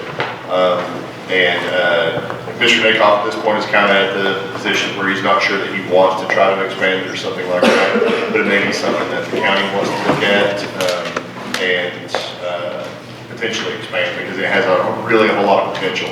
Trying to get into the ETSU Small Business Incubator is literally like pulling teeth, and they don't accept MS either.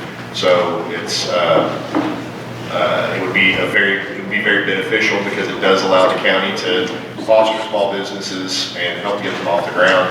I don't know a lot of detail about the businesses that he does have in there, but they are not just mom and pop type organizations. One of them is requiring a great deal of FDA approval. The others are involved in other industries that are not small. These are massive industries. I also discovered while I was there that we actually have the largest steel building manufacturer in the United States in Carter County. Did anybody know that? Yeah. What is it? NCI Building Systems. They are the largest supplier of metal buildings in the United States.